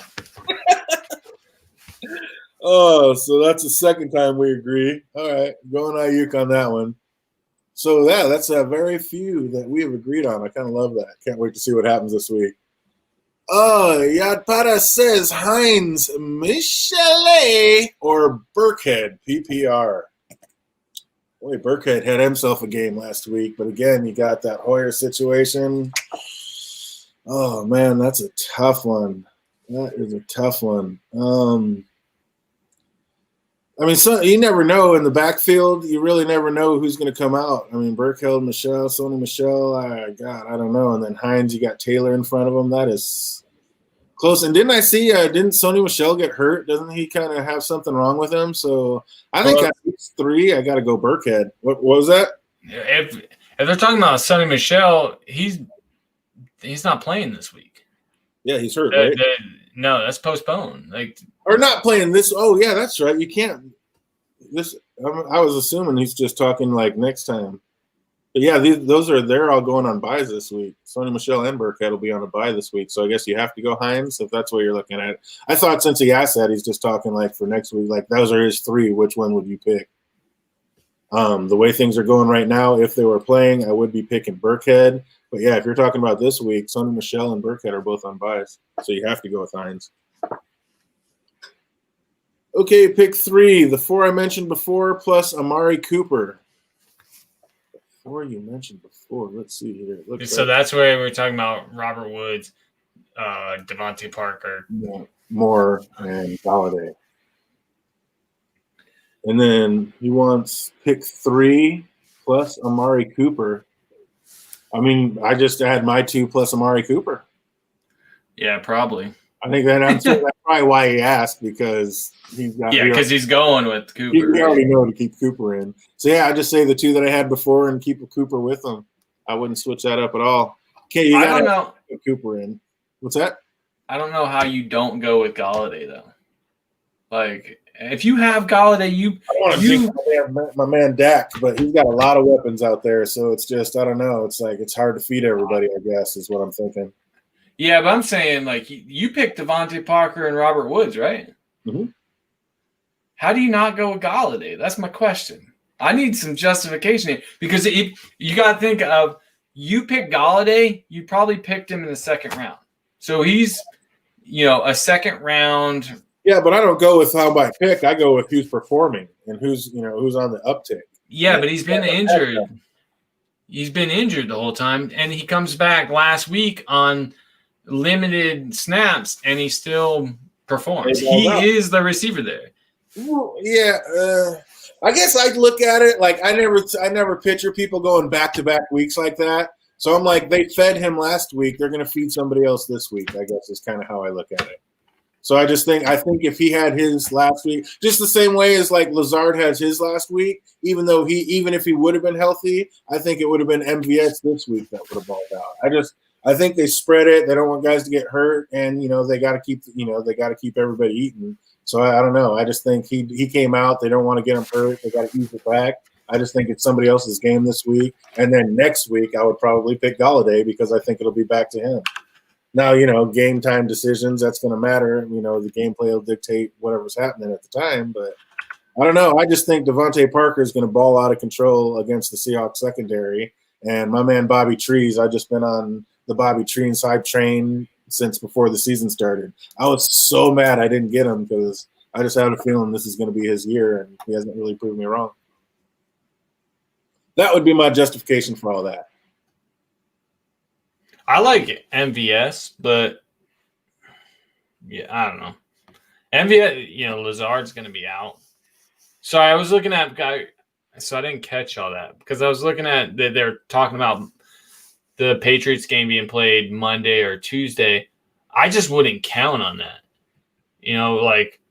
Think about how many people your starting quarterback is in contact with. Right? Like, right. I would not count that. That's the thing. You can't count on them playing. So for me, I still have Patrick Mahomes in as my flex position. So while I put, just in case, if they go, then I'm putting him in. Like, I'm leaving him in that super flex.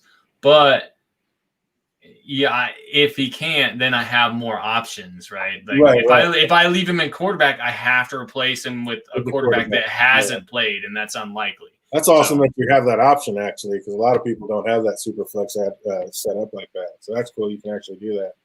So, yeah, I mean, if they go Monday night, I guess the way I was looking at it is, I mean, the Steelers, when they first talked about it, the Steelers and the Titans, they were talking about going either Monday or Tuesday. And then as the time went on, they're like, yep, just scratched it to bye week. So now they're talking about this game might go on Monday or Tuesday, and the same exact thing could happen. They could just scrap it, and it could become a bye week. So really keep all eyes on that. We don't know exactly what's going to happen. Nobody knows what's going to happen. Like I said, this is the first time this is happening. They're kind of going with the flow and doing what they can as they can. So you're just going to have to keep all eyes on that and see how they do it. Because I think they could switch it. Like I said, the Steelers and the Titans were going to be played Monday or Tuesday, and then all of a sudden they bagged it and gave them a bye week. So same thing could happen with that game. Yeah, I think, they're planning on it, but I doubt I just wouldn't count on it, is all I'm saying. Jay Cruz likes Miami and Oakland for the underdogs. Man, Seahawks, Miami, I'm going to be in hog heaven. But, yeah, I think Miami could pull it. They're coming off a big high, got Fitzmagic doing his thing. And then again, this could be the time that the Seahawks secondary actually pulls their head out of their ass and actually gives Fitz his 5-pick game that we all know is coming. So, pick it and flip it. Who knows? What do you think of Gaskin? Like, I think he's doing awesome. He's going to do nothing but the uptick. I love Gaskin this week. Yeah, so, man, he was on waivers. I picked him up this week on waivers. I was like, how? But how? If you look at his previous scoring, yeah, but if you look at his previous 2 weeks, like, he had points. How is he making it on waivers so far? So long? People just aren't believers in Miami. They think it's a fluke. They don't think it's going to happen. It's like, I get it. Trust me, being a Miami fan, I get it. In place, Godwin, who has more possible upside, Hollywood Brown, John Brown, or T. Higgins. Since Godwin went out, he needs to replace him with Hollywood Brown, John Brown, or T. Higgins. I think I like me some Mr. T. Higgins in this one. What about you? I mean, since you said that, I'm going to go Hollywood. I mean, we're just talking about upside, though, right? No, upside. To play. Okay, well, man, that's a little closer. Thousands of dollars on the line. We don't know how big his thing is, so you got to be real with it now. Come on. Not you. I just go the opposite of whatever you say all the time and try to justify. Because if we were going just upside, I'm definitely going John Brown. John Brown, Hollywood has one of the highest upsides in all of the league. Yeah, but he's too boomer bust, though. Yeah, that's what upside is. Well, I mean, yeah. That's the boom, man. I mean, upside I kind of consider ceiling, like if you have a game, but like he's literally boomer, like he's literally going to break a 60-yard touchdown or do nothing. Like he's like the epitome of boomer bust, I think. Yeah, but no. So you're going John Brown in that one? Yeah, I'm going to still go John Brown. So sorry, people. Anybody who's looking for those infinite answers, you should know Andy and I never really agree on anything, and usually on purpose, even if we do. So this will have to be the week that you find out, well, who do I listen to? Who do I go with? Who's more my train of thought and line of thinking? Because, yeah, we're going to be splitting them up. Because, yeah, we got to we'll get 10 of them here going and then break them down for next week and see who did what. That's awesome. Got another new name here. Welcome, Monique. I hope I probably didn't say that right. I'm terrible. But pick 2 to start this week. Tyler Boyd, Justin Jefferson, MVS, John Brown, Russell Gage. I'm taking Tyler Boyd and MVS. Really? I think Russell Gage has a shot, but I'm just not there yet. I think I'm going to go – man, I might go Boyd and Justin Jefferson, but yeah, that was my first inclination. I got to go with my first gut. Yeah, that's what I'm doing. I'm going Boyd and Jefferson. Yeah, but with Lazard out, like I like MVS all out.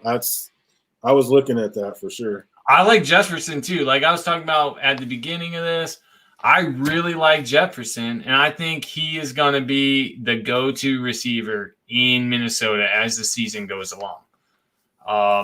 But right now, you're in MVS? Yeah, I'm probably going Boyd, MVS, especially if it's PPR.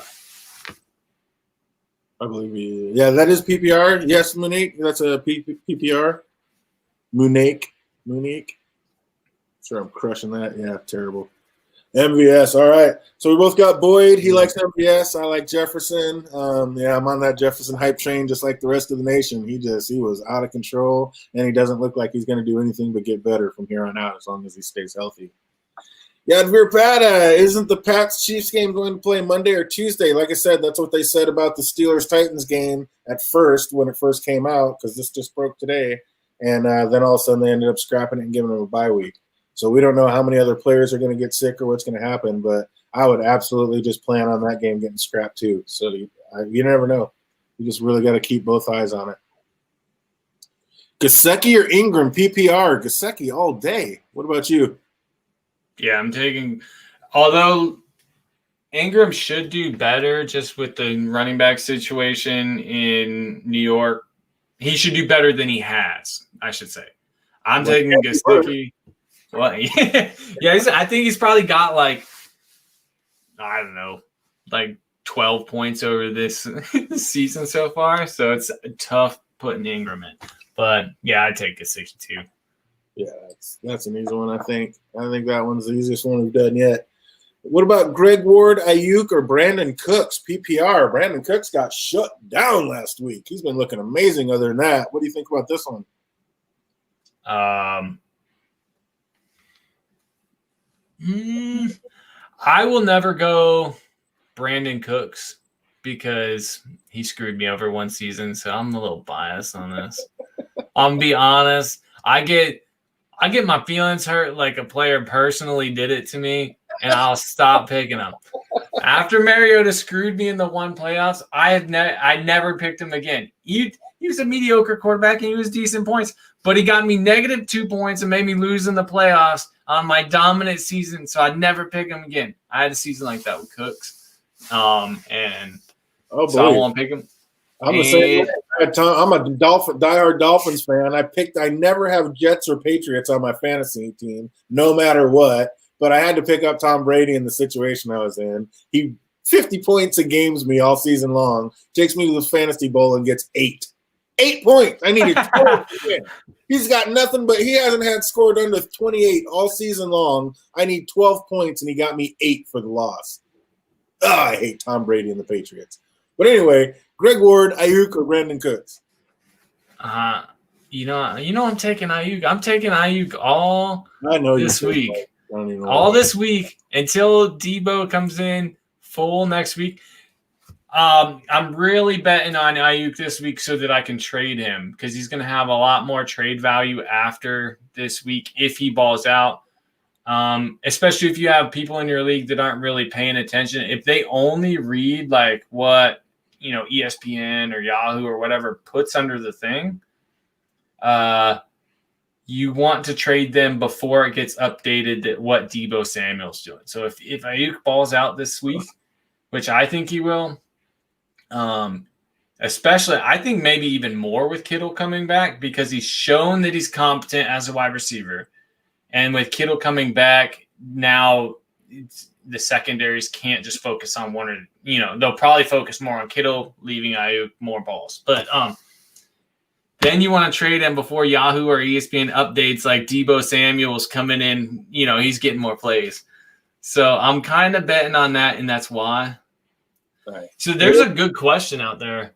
Well, after all you said, since you just said all that and then diss Brandon Cooks, I'm going with B. Cooks. I said you have the get-right game this week. B. Cooks.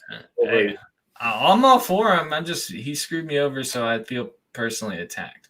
That's the question right there. Oh, somebody's an idiot. I have the Steelers D, and I would never drop them, dude. I dropped somebody else way before that, yeah. If somebody dropped the Steelers D on waivers, how much fab should I spend on them? This is an Andy question. I don't do those ones. So what do you got? So anybody, fab is the way to go. Fab is the new PPR. So if you're not in a Fab league, you will be in the next 5 seasons. I almost guarantee that because it's so much better than waiver priority. So what happens is you have your budget, usually $100, and you do the silent auction. So why I'm explaining this, maybe most of y'all know, is because I try to get all my leagues to do this, and my brother-in-law's stupid league, they will not do it. And okay, that's not the point. I would probably go, depending on your injury situation, because a lot of players are getting injured this year. Man, I personally, to have a defense that, is going to consistently do well, I would probably do like 15% of my money because I would want them. But that's me personally. I think their value probably is closer. What they're going to go for is probably 12, but I would try 15. So 15%. And that's based on your injury situation. So I think it's way more complex when you have to do it that way because if Fab's so much better. And explain to people what Fab stands for. I don't know. Fab. It's free agency something budget. I don't know either, but I would guess. Yeah, I don't know what the acronym's for. I just know what it means. It's a silent auction, essentially. There you go.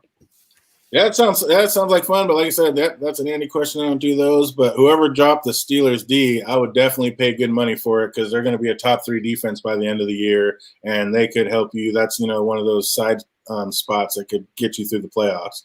Because all of a sudden they pop up for a 17 to 20 point game, and you're like, "Yep, we just cruised through." Got my man Jake Cruz out there saying Boyd or Brown. Oh, I think he was answering. He was answering those other two. Okay, yeah. I was like, "Wow, that's a tough one." Yeah, PPR for Munich. Okay, so that I think I'd still say the same with what we said earlier. We have Cove benches, so the D would be an extra slot. Oh man. Yeah, I haven't even dealt with that yet. Man. Yeah. So I don't understand. I don't know how much Fab, like how much you have. Do you get extra? I don't understand where that would go. So I would not be a lot of help on that. But I'm talking about like injury wise. Okay, so because in Fab you have to consider your potential you're going to have to spend in the future, right? Like let's say that Madison's still out there, right? You have he's out on waivers. If Dalvin Cook gets hurt and you have Dalvin Cook, you need to be able to spend big money on Madison, right? So you would want, like, that's why I say your injury situation, because how limited are you in your running backs? And like I said, for me, I would pay 15% of whatever I had left. So maybe more depending. I go wild sometimes with my Fab because if I really am high on somebody, I'll pay way more than their projected value. And it's based on league. Like if a quarterback goes down in my league, that person's probably going for 70% of what you have left. So if someone has $100, they're spending $70 on this person because they're now the starting quarterback. So it gives a lot more room. And I suggest everybody, it makes it way better because it sucks when a player's out there that balls out and you are 7th on waiver priority and you're only putting in for that person to force a waiver claim on someone else. I hate that. And so Fab is way better because if you really want somebody, you can go out and get them. I love it, and I will always dude, I'm pushing for it. Everybody else should push for it too. It's great. Fan of the Fab. And if anybody was wondering, I was actually pretty damn close. It's free agent acquisition budget. Yeah, there you go. See, that's something I would have never known. I can't remember the names of anybody. There's no way I'm remembering an acronym. Oh, that's awesome. That's awesome. So how you feeling? You feeling solid about it? We're going to wrap it up. I want to keep this under 2 hours. I think that'd be awesome. And, yeah, we'll have fun, and I definitely have to bust this out. I had a great time doing this tonight. But how you feeling about your game this week? You think you have a shot at it, or are you just too blown by what's happened? In my big league, no shot whatsoever. Like I said, that's like where I normally do 200 points, and this week I'm projected 60 points. So that in that league, I have no shot. That to me is a pretty good trade. Like I'm taking that. This one that I just put up? Yeah, I'm taking it because Madison is dependent on Dalvin Cook getting hurt. Yeah, it's like a nothing. Yep. So he has less value than Aiyuk, and you're taking. I'm taking Thielen. I don't know. People are really high on Gibson, but I don't. He's not. He's not doing anything. Slow, but he's coming up now. So yeah, I'm not that high on him. I have him on my team. Yeah, I give you an A++ for that trade. I'd say I love that trade. That's a great one. I'm deep. I already have my handcuffs, so I'm good currently. My D is the Bills, and it was concerning when the Dolphins put up 28. Yeah, but you got to know that's just interconference. I mean, they're in the same league. They're always the Bills and the Dolphins are always going to battle. The Dolphins, even on their worst years, always gave the Patriots some of their hardest games. Like they're just in the same conference, so I mean that's going to be they're always going to battle, and that's always going to be some of their hardest games. The Patriots cannot win in Miami. That's the craziest thing. Like the worst team, they cannot win in Miami. No matter how bad they were, they always balled out against the Pats. So yeah, that's just being in the same league as them. So that's all that is. So yeah, I wouldn't be too worried about that. But yeah, man, like I said, if you can get that Steelers defense, that's my defense. I'm loving the Steelers all day. So yeah, I think that's going to get for us. About 2 hours to wrap it up. I had an absolute blast. I want to thank Andy for coming on here with me. Any last minute sayings, any predictions you want to get out before we get off here and see how right or wrong we were next week? Yeah, I predict that next week we will be talking about all my great picks and how great I was at picking who's going to be awesome. That's my prediction. No. I really predicted someone's going to be like, you're an asshole and you screwed my season over. That's my prediction. That's my real sure. And I'm going to feel bad. Just know that if I said someone's going to do good and they do not, I'm going to feel bad about it all week. So you can come make me feel worse on next Saturday. Oh, Pat, man, that's going to wonder. Yeah, exactly. And we'll definitely be getting on that. It's going to depend on what kind of Ds, how deep your league is, and what Ds are even left. You could go out and get a defense that could be so bad that could get ran up on, and the defense could actually cost you points and all of a sudden get you negative, and it'd be worse that you even put a defense in. So, yeah, if you need a D, if there's somebody out there, I would always drop a receiver to go get a player that's going to help me now. And then just pray I can make up for that receiver somewhere else. Because sooner or later, somebody else is going to have to drop somebody they didn't want to fill a spot for a kicker or defense. So that always kind of seems to work itself out. You need those wins to get into the playoffs. So whatever you got to do to get that win this week, that's the way I would go. But, yeah, I want to thank everybody for stopping out and had an absolute blast. Like I said, can't wait to get back here and see which predictions we got right. I got the little list, old school, written down here, so we'll get those written up, and we'll start a little file and keep it up, see what's up. See who makes the most predictions and keeps them going. Yeah. All right, so yeah, thanks everybody for coming out. I wish everybody the best of luck. Man, hopefully you can all get through these COVID games and make it happen. Thank you guys for coming here. We will be back next Saturday talking about the goods, bads, and all the uglies in between. So until then, you guys have an absolutely amazing rest of the week and an even better weekend. And until we see you, be easy.